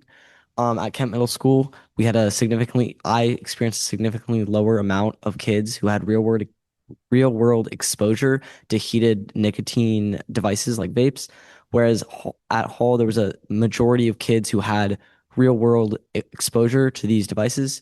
So I just urge you to pass this ordinance just to protect kids from being exposed to heated devices with like in any way you can. Just from the difference in what Ken Field has with a pass ordinance and then versus Corte Madera without one, I've seen like a significant difference in kids with real world exposure to a device. So thank you for your time. Hi, I'm Lauren Ellington, and I'm a junior at Redwood High School.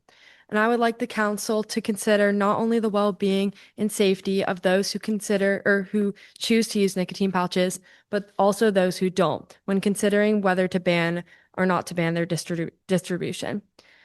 New evolving nicotine pouches are becoming more potent. One pouch could seriously harm or potentially be deadly for babies or small dogs. These pouches are usually stored in a way that makes it common for a singular pouch to fall out.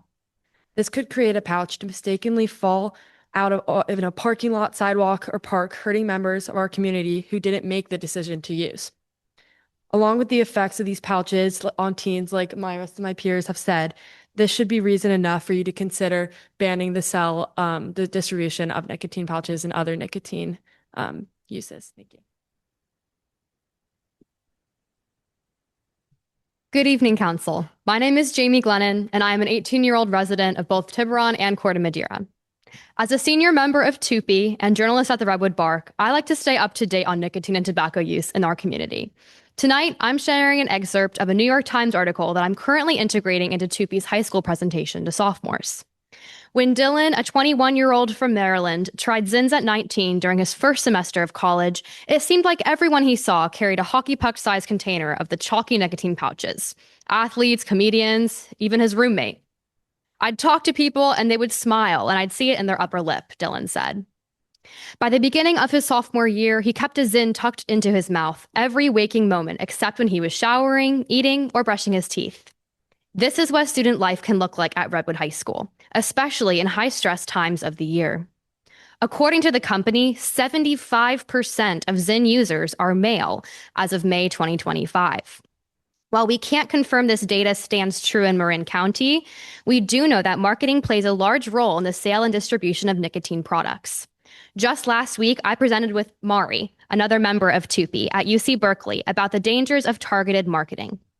Zyn pouches are marketed to people who already use nicotine, but doctors warn that Zyns may increase cardiovascular risk and deteriorate gum tissue, making people susceptible to mouth cancers. In 2025, Juul, a large vaping brand, got FDA approval. We, as teens getting ready to be launched from Corte Madera into the larger world, need your help to advocate for a population that is being targeted by harmful marketing. This ban on products is a solid start to voicing what needs to happen, but our community must protect youth from all avenues of the nicotine market. Thank you for your consideration.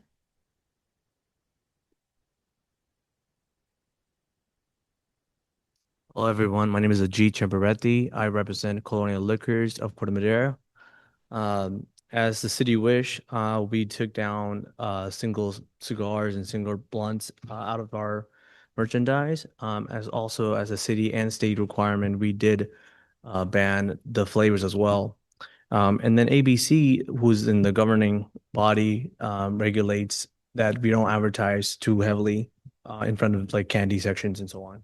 So we do our part to keep the community safe, but our family as well as our business partners, we're completely welcoming to whatever the city decides is appropriate for the community. And please do keep in mind that the cigarettes, a full out ban might take a while to fully, cure, because I do find it as a weakness as well for society, but it's an old habit and old habits die really hard. And so when we fully ban it, a black market might arise for this, and that creates a void in society. So again, I totally am with the kids regarding banning the flavors and the single blunt, but a full-on ban might be not the best thing yet. But whatever the city decides, we're all for it. Thanks for your time. Have a great day.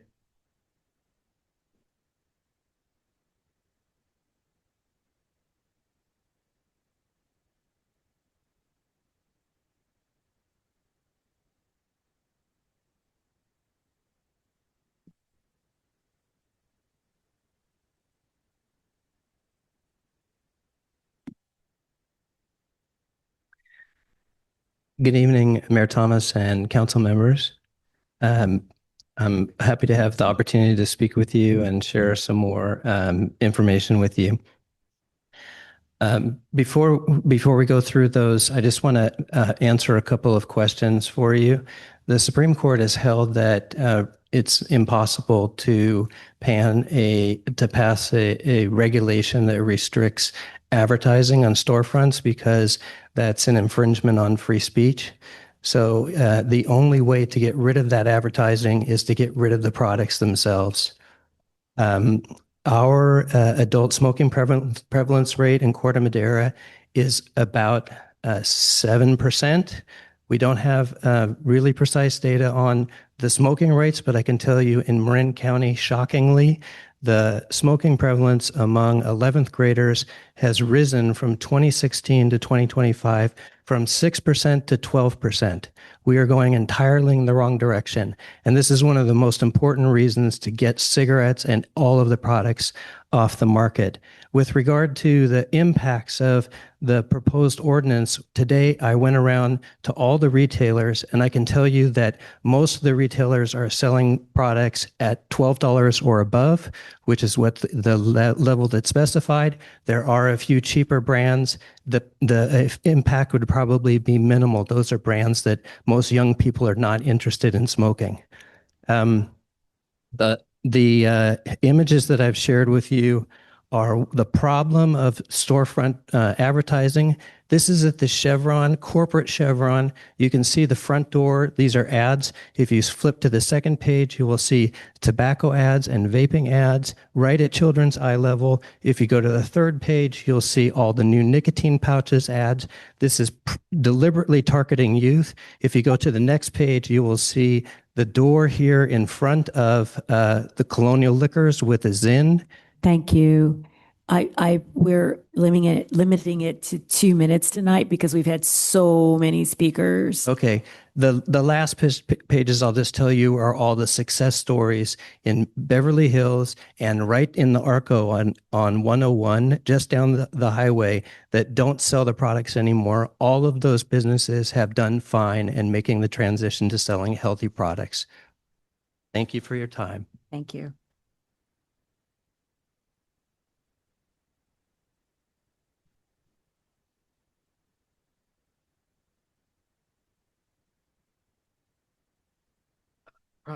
Problem of being short.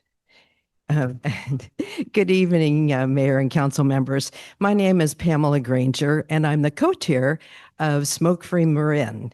We are a coalition of healthcare professionals, educators, parents, community members, everything having to do with public health.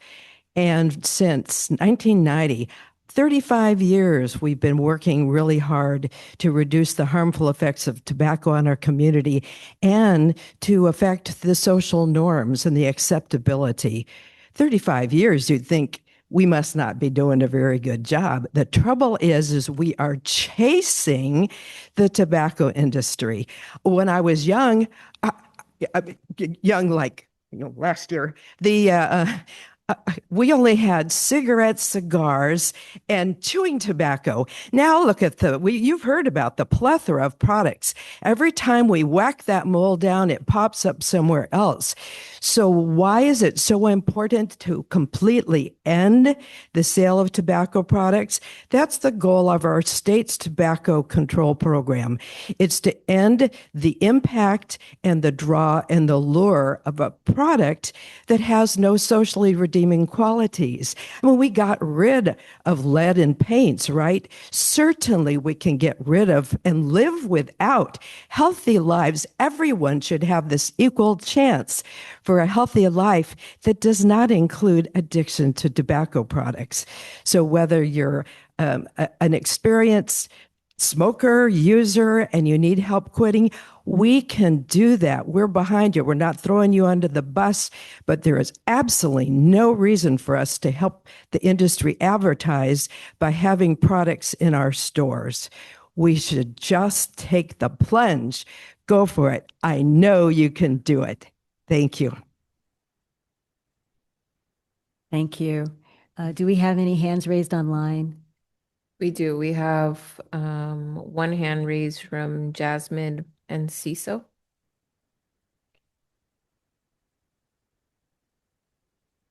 Jasmine, go ahead. Good evening, Mayor and members of the council. My name is Jasmine, and I'm here on behalf of NATO and local retailers who operate small licensed businesses in your community. First, I want to acknowledge that we share the goal of reducing youth access to tobacco and nicotine products. Protecting you, young people, is something we all agree on, and responsible retailers take that obligation seriously.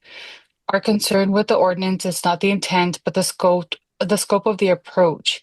As written, the ordinance establishes a $12 minimum price for cigarettes and other products, prohibits coupons and discounts, and includes a full ban on sale of electronic smoking devices and heated tobacco systems. These are significant changes that affect adult consumers and local small businesses. Many of these products are legal, federally regulated, and purchased by adults. Some adults use alternatives like electronic smoking devices as substitutes for traditional combustible cigarettes. Eliminating entire product categories may unintentionally remove options for adults while also shifting sales outside of Corte Madera. We also worry about the impact on small, locally owned retailers who already comply with strict licensing and ID checking requirements. When pricing and product restrictions vary significantly between neighboring communities, consumers often shop elsewhere, which affects local businesses without necessarily reducing overall access. We respectfully encourage the council to consider whether strengthening youth enforcement efforts could achieve your goal without adopting broad pricing mandates and product bans that will have unintended impacts to your local law-abiding retailers. We appreciate the opportunity to share our perspective and look forward to continuing the conversation. Thank you for your time. We have another hand raised from Bob Curry.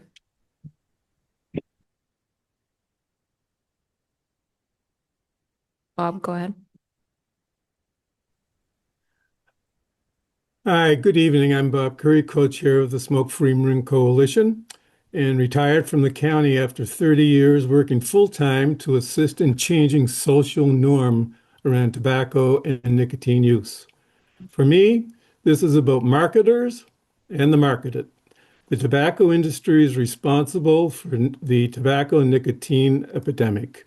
The tobacco industry has marketed to youth, young adults, priority populations, our military, and the vulnerable for decades and decades.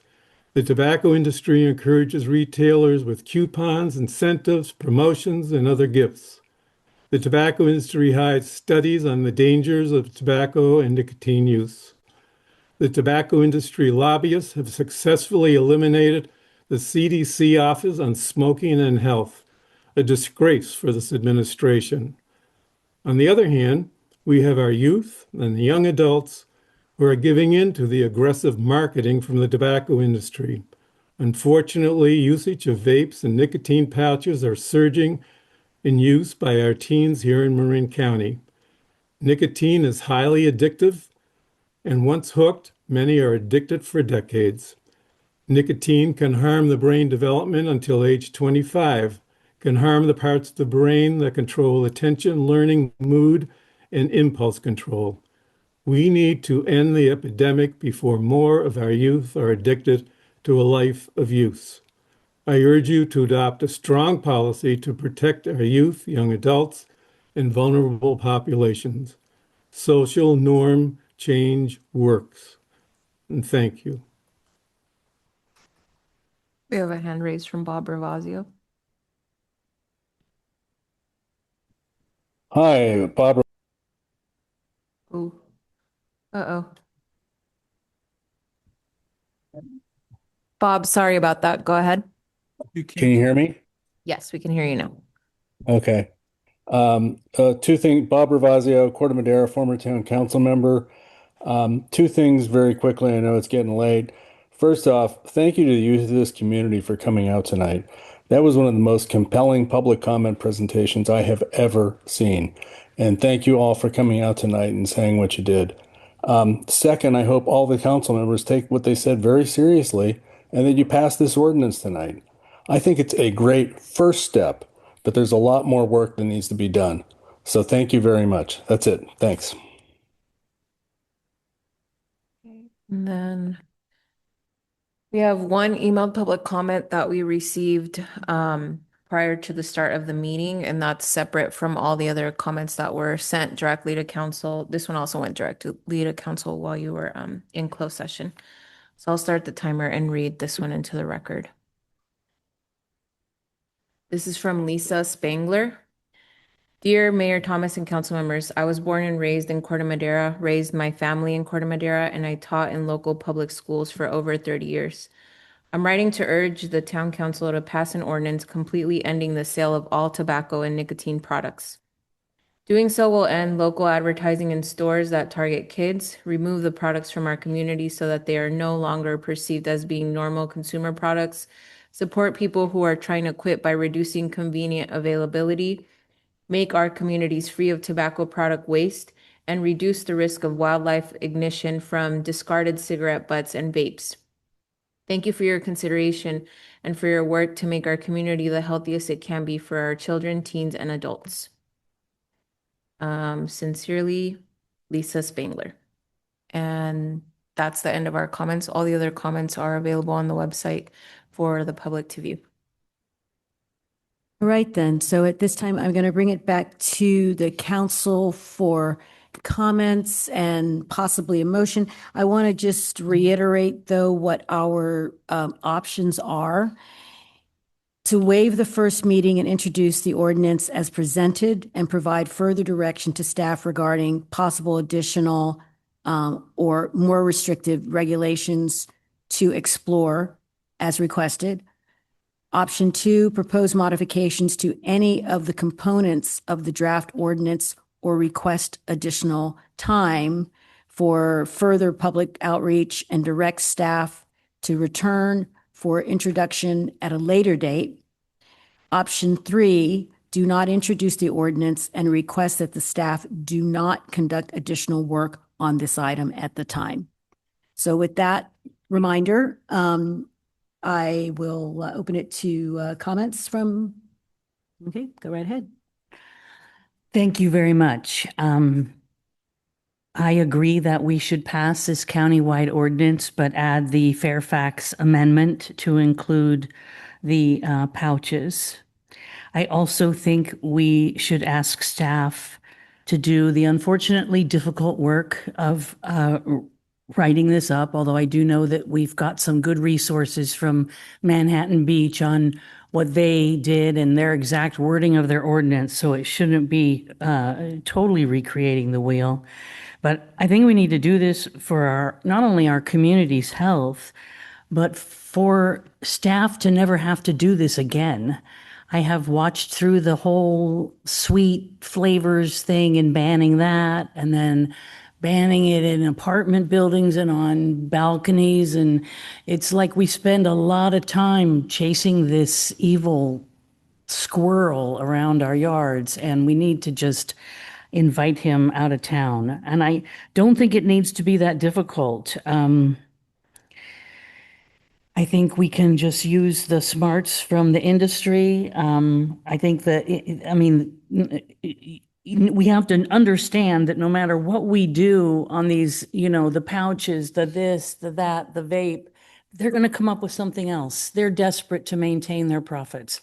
So as long as we keep playing this game back and forth, the woman was right who said, we're chasing after the industry that's killing us. It's just insane to me. So I really think the only solution is to pursue the ban. If there's something that comes up that, suddenly the industry is going to sue us when they didn't sue anyone in Manhattan Beach. They didn't sue anyone in Beverly Hills. So they know their end is near.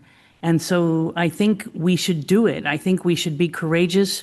I agree that it's a disgrace and a shame that our young people have to be out here late at night. They should be home doing their homework. And being here time after time, I know some of you have come more than once to beg us to protect your peers and to protect your community. And I feel every one of your pains. I've had family loss due to addiction to tobacco, and I really feel in my heart that this is the right thing to do, and I hope the council will support that position. Yeah, okay, so I'm okay with the county ordinance. And again, I think I previously mentioned, Pat touched on this, about banning the nicotine pouches. I think we really need to do those. I can't remember if it's about a month or so ago when I met with some of the students, I didn't even know about nicotine pouches. The containers that they're in, it just kind of blew me away. Just, simple little thing in your mouth. You can't tell in school. Teachers can't tell. And Redwood, probably Hall also are getting littered with those. So I think for sure we need to ban that product. I would like to see from the Marion County Sheriff, when they do these compliance or enforcement, that we get a report, whether it's positive or negative. This way, I think we can monitor that compliance and enforcement is going on. So again, I can support the ordinance with, again, those two changes. That's not really a change. It's more direction. And I appreciate all the work you're doing also. And I want to say the kids that were here, I'm going to get emotional. I don't know why. Sorry. You should feel very proud of yourselves. Sorry. I get emotional sometimes. I don't need a tissue. Let it flow. Think about where you were a year ago. A year ago, there was nothing like this in Marin. You've gotten the county, you've gotten Tiburon Ross, you now have Fairfax, and you have Corte Madera. So think of the impact you're making. So be proud. What about the ban?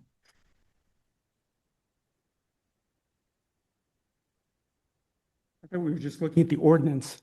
I think you need to weigh in on what you want overall to happen. I think I brought that up in the beginning. I can support the ordinance. Yeah. What about the ban? At this point in time, I thought we were just looking at the ordinance. Could you clarify, Mayor? Yeah. So, oh, you can go ahead. I think the question is not, it's if the council would like us, provide some direction to us to explore further options down the road that we could bring back up to a ban. Right. But would we, if we made, if we. And the county, I came- mean, certainly and the county ordinance. Right. But if we came up with that idea tonight, we would present the motion as, and do the research further. Yes, you That could would do be that. the whole thing. That's correct. Yeah. Okay. So you That would be a second motion after. You can do two motions is fine because I could do think the it. ordinance, but I will say if we're adding, again, if we're adding the Zins pouches or the pouches, that would be reintroduced at the next meeting. So Right. we'll have another. Okay. Go ahead. What is that? Yeah, if we're adding the pouches to this ordinance that we have in front of you today, we would come back at the next meeting to reintroduce it with that other product type. With that addition, right? But also the part about further research. Correct. About We're whether or looking for not we'd direction. have a full ban, that would be separate, or could that be wrapped into the same motion? I think it's probably clearer to do two separate motions. Two separate, They okay. need- So one with one for if we went the addition in the pouch, and then another one for future research on ban. Right? Okay, good. Okay, so. Just a point of order to the mayor. It says that the recommendation is to introduce the ordinance and provide direction to staff as requested. So that's one request. And because it looks as though we'll require the additional Fairfax amendment to the ordinance, we're not actually introducing an ordinance tonight. So in fact, is there even a vote that needs to be taken? There is. What is Yes, the- what is the vote? we want a motion as to whether or not you want us to come back with a modified ordinance Okay, at the next meeting, such as that would include the product type of the pouches. That's, okay. sounds So like that's the first two question. council members That's the have, first question. Okay. I think, two support questions. that. Got it. So I'm okay with that on the first part. Okay, Okay, as am I. all right. And sorry, we broke the list. Did you have something, Attorney Hirota? Okay, all right. Jim, do you have something to add? My only question is the one about the Marin County Department of Health, whether we can throw that in too. Yes. Thank you. Yeah, I am happy to support moving forward with what's been discussed tonight. That is both reintroducing at the next meeting the county ordinance, but including the pouch ban as Fairfax did. I'm also supportive of directing staff to examine and begin, a study and outreach regarding a potential end to sales. I think reasonable people can have a debate about whether adults have a right to buy products that are bad for them. But I think this is not about adults. This is about our kids, right? And what we see in Corte Madera and Marin County more broadly is an epidemic of nicotine addiction among youths. And we are hearing an outcry from local kids who are worried about their friends. And I think that this is an incredibly important way for us to stand up for local youth and make sure that we're on record protecting local youth's health and responding to what kids in our community are asking us to do to protect them. So I want to just thank, and say how much I respect and admire all the folks who came out to speak on this item. I also want to speak to Mr. I believe it was Mr. Cheparetti with Colonial Liquors. You guys are like a local institution. You are a literal neighbor of ours. You know, I really appreciate you coming out here to engage in this conversation. Obviously, this is the beginning of the discussion, not the end. But I just wanted to say, you know, Corte Madera will always stand with our local business community. We really appreciate you being a partner in this effort, and I appreciate, you know, the sentiment of your comments in being with us and wanting to protect our kids. So that's my thoughts. Thank you. Okay. You know, my mind is one of those places where I extend out into many different directions, and I wonder about things like, okay, where can this take us? So I think this is a more complicated question than it looks like on the surface from a sort of philosophical point of view. But in general, I do believe that we want the county ordinance is the right direction, and that also banning the pouches is important because they're so easily concealed. And they, you know, it's not like when people were chewing tobacco and their teeth would turn brown. So it's one of those things that people are like, yeah, well, you know, this is so easy to do.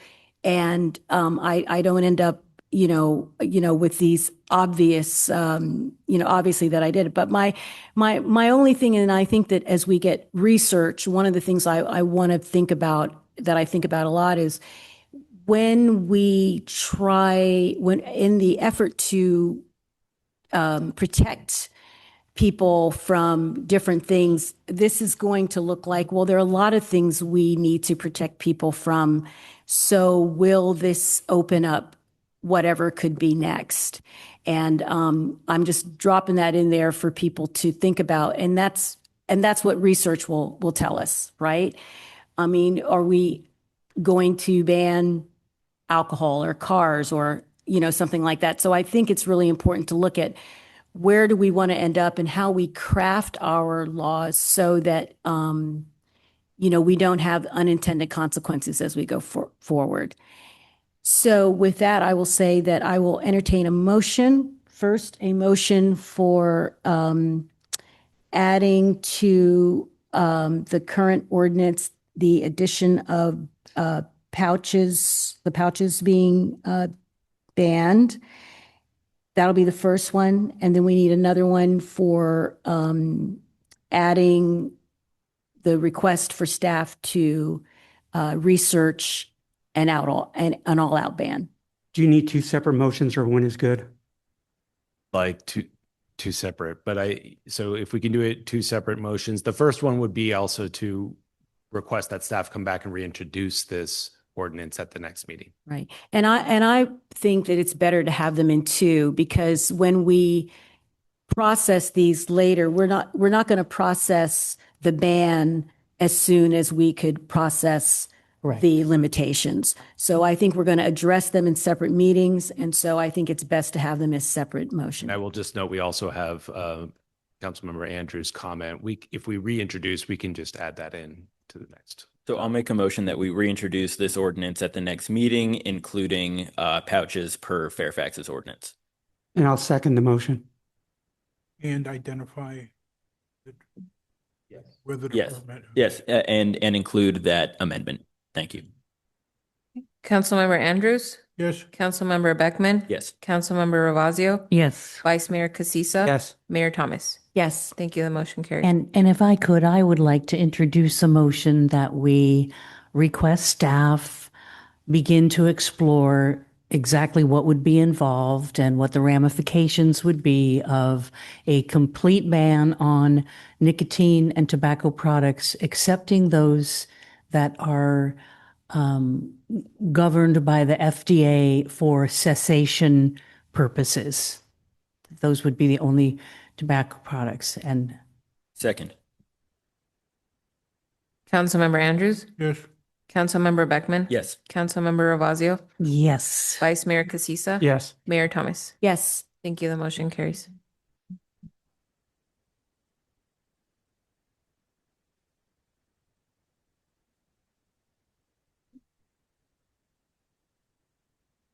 Hope you guys don't have 3 hours more of homework to do tonight. Yeah, thanks for coming out. Thank you.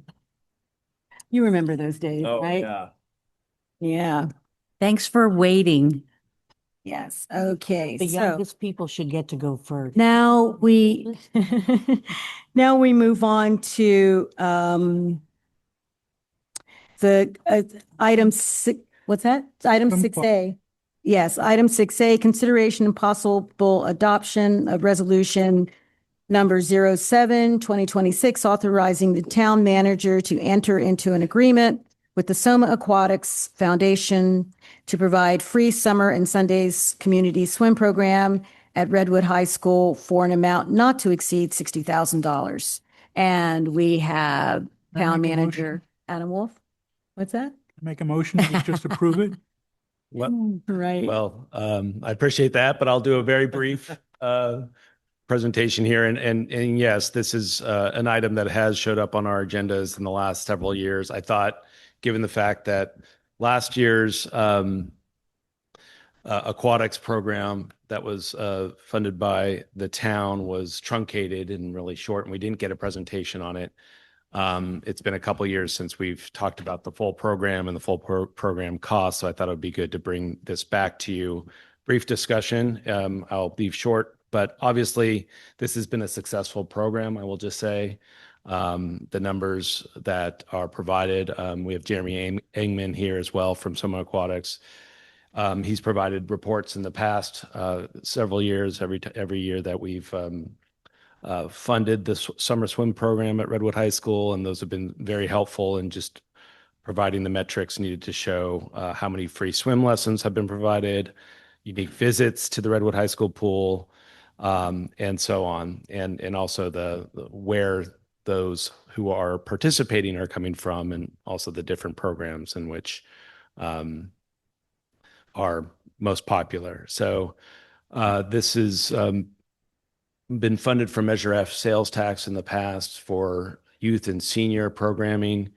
And I think the programming reflects both providing family laps, recreational swim, lap swimming for adults, free swim lessons on the weekends for youth primarily, and low-income youth in particular.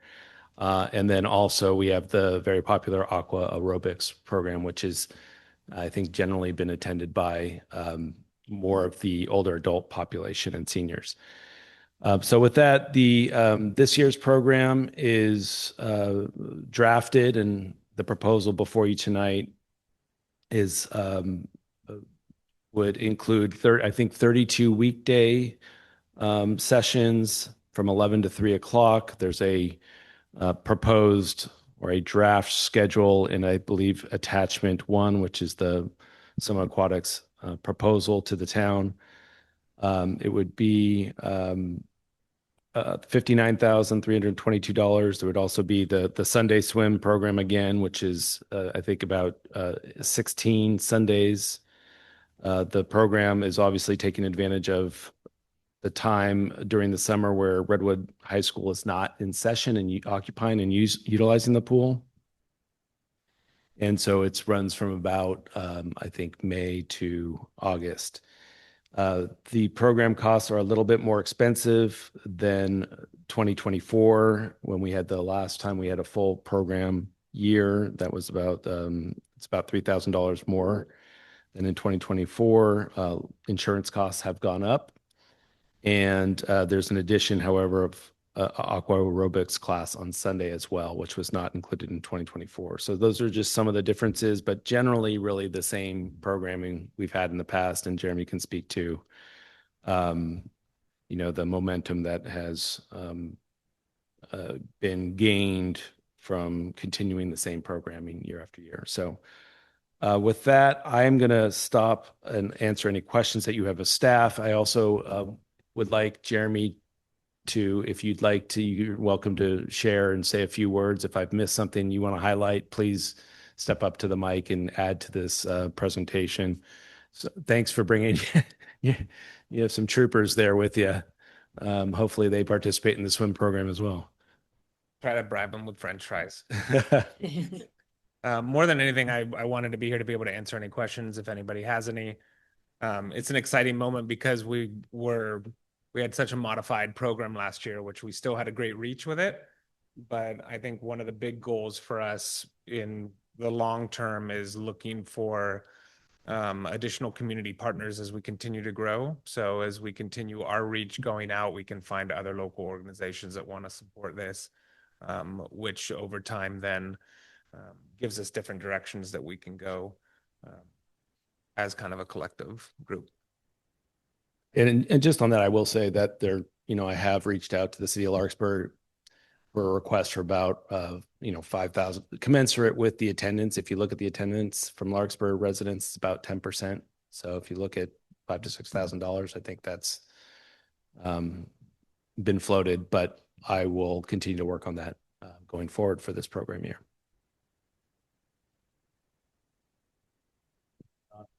With that, I guess we'll open it up for questions. Mayor Thomas.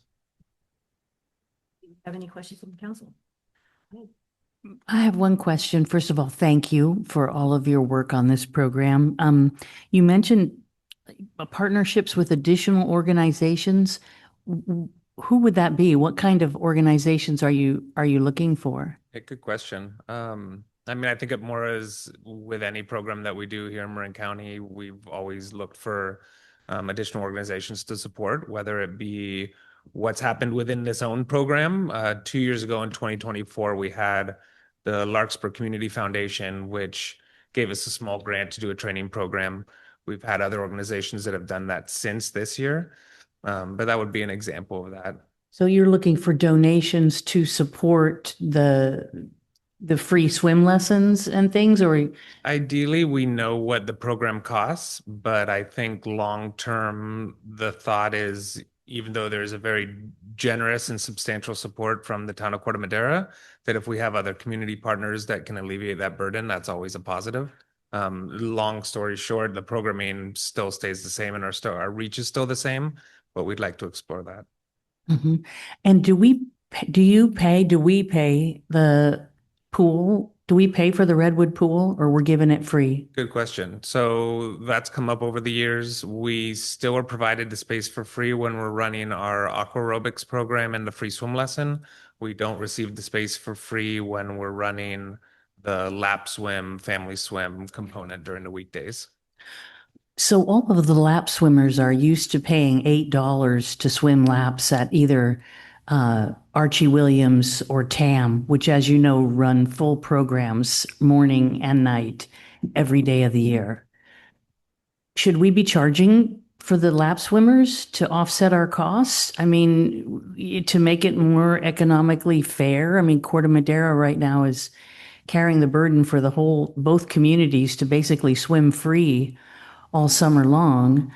And Adam and you have made, oh wait, I'll also hold my comment to the end. So question, we don't pay for the pool, or how much do we pay to rent the pool that is denied to the community? Do you know? The rental we pay is for the weekday programming. We don't pay for the weekend programming. Mm-hmm. But you pay for during the week time, the 11 to 3? Correct. You pay an hourly rate for those times? Correct. Adam, we should be able to get that waived. That should not be the case. We should not have to pay that rent. The community doesn't pay the rent for the other two programs. To answer your question more specifically, though, and I think what you mentioned now is something possibly outside of the discussion at the moment with what happens with that. Right. Yeah, it may be this needs to be negotiated for next year. I know we don't always get our responses quickly from the school district, so I don't want to do anything to stop this program. I think it's a great program, and it does help make it up to the Redwood community that we are left out of the whole community swim program that they run for Archie Williams and TAM. Everyone in the Redwood district is kind of cut out of that deal. I think more importantly to your question is, does it make sense for us to consider charging for lap swim drop-in? My initial thought is no, and that's because we have done it in the past, and more than anything, the revenue that it brought in was extremely minimal. Sometimes it was difficult to even get payment at times. We Yeah. didn't want to restrict people's access. I think we have more possibility reaching out to local organizations that want to fund aspects of our program. So maybe we won't, and I don't have the answer to this, but just as a thought, if we can't find the support for the lap swim component, there are many components that local organizations, I believe, would grant support to, such as what we do with Camp Corte Madera during the weekdays with other camps, the community piece, the Sunday portion, as well with aqua aerobics during the weekdays. So I think there are some components of the overall program that we'd have more success using those as avenues for, I guess, And those long-term funds would reimburse Corte Madera? The thought is if we didn't have the hiccup from last year, meaning we had the full program, we could get into a normal grant writing cycle and then be able to see who may or may not be able to support what we have and what aspects they'd be able to support. It could offset our the Yeah, it'd be an total. offset. Okay, so it would be like rolled over maybe to next year or something. Exactly. You'll keep track of the donations. Okay. Yeah, so we have that. If you look at the budget, what we've done is where it's itemized, or not itemized, but where it's summarized. This year we have the support that we've had for our lifeguarding program, and then also from Tamalpais Union High School District for the Sunday program. In the future, our goal is for that list to continue to grow, even though more than likely it will be an aspect of the program that different community members are supporting. Great. Thank you. Thanks very much. Yeah, I'm sorry, just for clarification again. So we don't charge, we're non-residents, we're not charging either? We tried that. I think it was 2023. We had a small fee for people outside of the community, and I think it was again very, very small revenue, and also became a challenge for administering that. I think I'll let you speak to that, but we went to the free program in 2024, and I think the numbers showed that it was much more effective. And when you put the free out there, it seemed to attract, in the advertising, it attracted a lot more individuals. Okay, I'll have a comment on that after. I know we're only on questions. Okay. Any questions down here? No. And thank you so much for being here to answer our questions. I do not have any questions at this time. Yes. So do we have anyone in the room who would like to speak on this item? Anyone online? Yes, we have a hand raised from Patty Stoller. Okay. Good evening. I'm sorry it's so late. So kudos to you guys for your dedication. But I know that you are all aware that Get a Pool was one of the mandates that comes up on every survey for the town. So I'm really thrilled that you're pursuing this with Redwood High School's pool. When I was just in the class with the swim instructor today, and I said, remember the Redwood program is going to continue this year. And they said, hooray for Corte Madera. So I keep spreading the word through the county that it's Corte Madera that is being generous and supporting this. And I love it. I go to it every single week, several times, and I just want to express my gratitude. So thank you. Thank you. And that brings us to council comments and a motion on this item. I just have a quick comment. I think we need to vote on this. We do, but we need comments first. Oh, I'm sorry. I just have a quick comment. I think next year, I'm okay with the program. I think it's great, but I think next year we need to take a closer look at this, because when I look at the numbers, 43% of the numbers, residents, are from Corte Madera. 57% are not Corte Madera residents. So to me, that means we're subsidizing a large percentage of the county. So I think we just need to look at the modeling of this. And I'm just looking at the numbers that you presented us. Again, it's not a criticism. It's just Important to note, though, is that those people from outside of Corte Madera are usually there for the free swim lessons and the family swim times, and they are generally economically disadvantaged. So we really like the idea that we're helping people learn to swim who otherwise would not even get in a pool. So yes, these are subsidized swim lessons on purpose. It's not by accident that we're subsidizing people from outside of Corte Madera. That part I get. We just need to I think next year, just take a closer look at. And I get the whole thing about supporting low income people. I think it's great. But again, I think we just need to take a look at the numbers and just look at the modeling next year. And one thing, I don't know if you've ever tied into the Canal Alliance. Years ago, I've worked with them. Okay. You may just want to go back to Omar, who's over there, who heads that up, and just see if there's anything they can do to tie back to free swim lessons, if they can support this program in any way. Just a suggestion.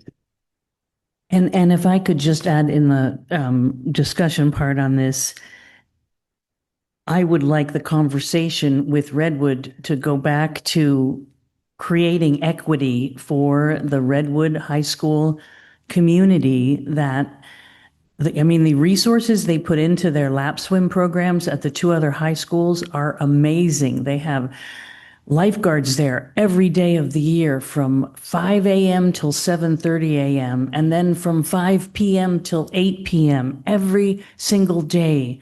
They're running lap swims out of both Tamalpais Union High School and Archie Williams. And this is the compensation they gave us for not being willing to change their way of running their pool, which has North Bay Aquatics renting at a high dollar amount, Tidal Wave Swim Team renting at a high dollar amount.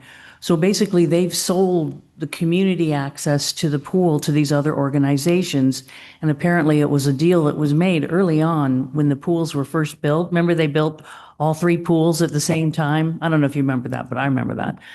Big taxpayer thing, supposed to share them with the community. And apparently Redwood community was kind of sleeping a little bit then and didn't really get in and demand any kind of program. So we're still kind of fighting to gain just real equity for the Redwood High School neighbors. And I hear still from swimmers all the time, why doesn't Redwood offer the same kind of lap swim? So I just want us to keep making sure we pitch for the community. That Can we they go shouldn't- over to Redwood and Tam at no cost? Yes, no, you pay $8 a time to go. Okay. Yeah, but you can go. Anybody can go. It's open to the public. Okay, any other comment here? All right, then, I can go ahead and make the motion to approve resolution number 072026 as stated in the staff report. Second? I'll second for you, Ken. yes. Councilmember Andrews, Yes. Councilmember Beckman. Yes. Councilmember Ravazio, Yes. Vice Mayor Casissa, Yes. Mayor Thomas. Yes. Thank you. The motion carries. And thank you to the two young men who stuck it out all night long. You guys are awesome. Thank you all so much. Thank you. They must be swimmers, huh? The best. The best kids are swimmers. Well, that explains my lacking. I never learned to swim. Anyway, or ride a bike. It's not too, it's not, Rosa, it's not too late. What that? Too late. Yeah. Oh, that'll be a comedy routine. Thanks. Okay, so now we go to council reports, starting with our town manager. Okay, I have a few. Wanted to give an update on Menke Park. That project was awarded to the lowest responsible bidder yesterday at a cost of $346,000, which was well below the engineer's estimate of max bid amount of $410,000. So I think that's good news. And we're expecting construction to start in about 3 weeks on that project. We also bids are closing on next Tuesday for the Madera Gardens Complete Street projects. That's a $3 million project. So again, this is time we're ramping up for construction activity. So a lot of activity will be happening in the next few months. Eastfield as well. I'll have an update on that though, probably at the next meeting. And then I just want to put on your radar, we also, our community development director, Amy Lyle, was working on releasing the RFP for consultant-led development of a economic strategic plan. So that's out for an RFP. We're very excited about that. That's going to be this will be the town's first economic strategic plan. Again, this is about being proactive, looking forward. As we know, there are some troubling signs just in terms of sales tax, vacancies, things like that. We want to be proactive and developing a vision and specific programs and policies that really position the town for future economic vitality and fiscal health. So that's what that's all about. More to come on that. And it will be a community-wide effort with business community, residents, et cetera. Couple notes for April 7th. I just want to put this on the radar, but we are expecting, this is with respect to the Intergenerational Center. We are targeting the council's April 7th meeting with a request to authorize bid for construction work and award the lowest and award the contract to the lowest responsible bidder. That will be the agenda title. Tentative schedule is to award the bid after about 4 weeks, start construction early June with the center opening hopefully in early October around then. So that's the updated schedule, which is later than we originally expected, but I think we're moving forward. So I think that's good news. And I want to thank our committee members certainly for a lot of the time and effort and energy we've been putting in. Also, Patty Stolier is online, Carla Condon, and of course, council members Casisa and council member Ravazio and our consultants as well. And then the other item we are scheduling on April 7th is also the discussion we promised on vegetation management. So we'll be bringing that back to the council. I think it's good timing.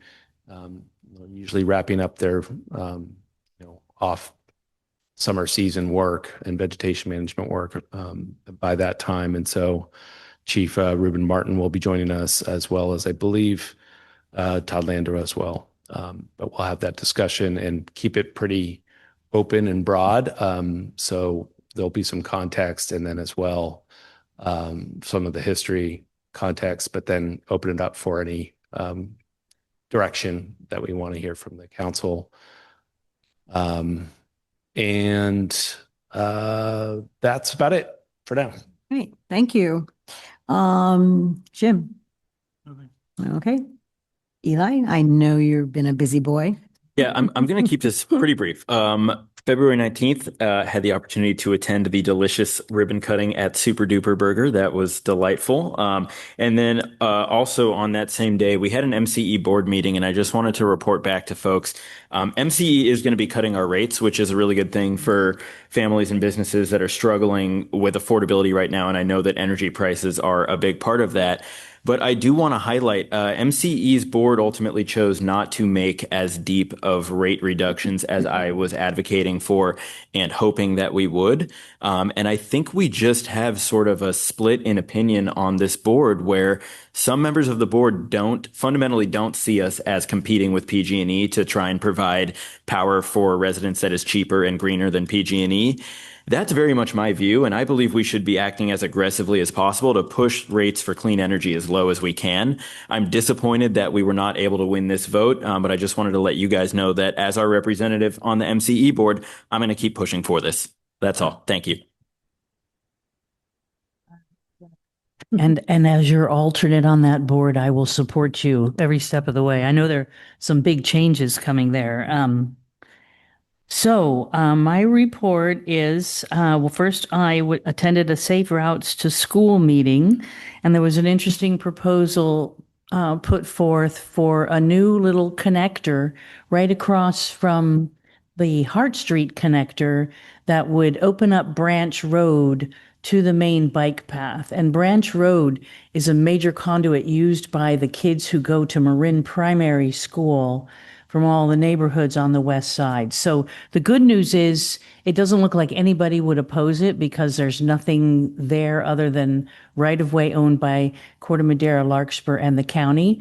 And the best news is that almost all of it's in Larkspur, so it's kind of their project. So they have to do the heavy lifting on that.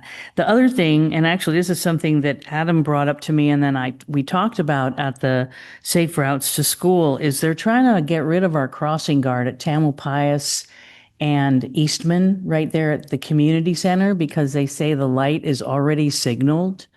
But it's a dangerous intersection. When there's not a crossing guard there and there's children trying to cross the road to get to school, it's not safe. People fly through there, they turn corners quickly. I'm really hoping that we can get some people from the community, although the people in the audience, to call up the county transportation authority and say, don't be getting rid of crossing guards in Corte Madera. I thought they were giving us more money for crossing Yes, guards. there Well, is. that's what I heard too, but then they're trying to take them away, or they're trying to say, if we want to keep the crossing guard at Tamalpais, we don't get one at Pixley, and then we have to take responsibility for anything that happens on that corner because they recommend somebody on Pixley. But people go really slowly around I'm there. going to So meet can with you the explain staff. that a Well, little no, bit? I have a meeting scheduled on my calendar this week with their Oh, good. regarding this, so I'll have more to report on this later. I just think it and it happened. And then the only other thing is the crab feast looks like it will sell out. We are like 130 tickets in and we only have 170 to go. And if any of you want a ticket, it's at CorteMaderaLions.com and we would love to have you there. It's going to be a great raffle. We're collecting all kinds of good prizes. And that is my full report. Right. Thank you. 218, I attended Age-Friendly Corte Madera meeting. 219, I included the ribbon cutting along with Eli and also Rosa for the ribbon cutting for Super Duper. Looks really nice. 219 also, I attended Marine Wildfire Prevention Agency meeting. One thing that came up there is we're looking at doing a strategic plan, which it looks like it's going to be on a Saturday for about 4 hours. It's just, I think that board consists of like 15 people. So it's too hard to do a strategic planning session. And Mark Brown did a presentation on the financial side. I'll get the presentation from him. He had numbers, how much money Corte Madera has gotten Central Marin Fire and over the years. So I'll get those numbers to kind of put that in perspective. They've been around for 5 years. Their budget has grown, I think, from 19 million plus. Now it's up to 23 million or so. Yesterday, I attended a Marin Transit Board meeting, and since President Sackett wasn't in attendance, I actually got to chair it. So that was my first. Thank you. It was fun. A little different, but it was fun. Couple of things there. One thing is Clipper 2.0 is somewhat delayed. Yeah. So that should be coming out, but it'll be later this year. And then the other thing also is that they gave a presentation on bus stop improvements. So if anybody hasn't noticed the bus stop on Tamalpais that looked like almost like a bomb shelter because it was made out of bricks, that was completely redone. So that's up to code now. And today I attended the Chamber of Commerce board meeting. Thank you. You're welcome. Called them at the last minute. Always love the bun cakes. Thanks. Yeah, job for that. Okay, so on the 19th, I was at the ribbon cutting. It was really lovely. We have gained a wonderful neighbor and a really good burger that's available to all of us. And then on the 25th, and you were there too, at the MCCMC College of Marin meeting, there was a presentation from the Canal Alliance with how we can be ready to help people who may be in peril around being deported, and how we can help families that may be left behind. And then on the 26th, I attend the TAM Commission meeting, and it was really quite amazing. If you all have an opportunity to go online and look at it, there were folks out trying to save the salamanders, having a salamander crossing at a part of Marin that I'd never even heard of. And they came in support and in costume as salamanders. And it was really quite lovely and heartfelt and kind of a lot of fun. Love. So please go find that online. It's impressive. And that's my report. Oh, yes, that would be lovely. I think they would, I'm sure that group would love to do that. So that's a good idea.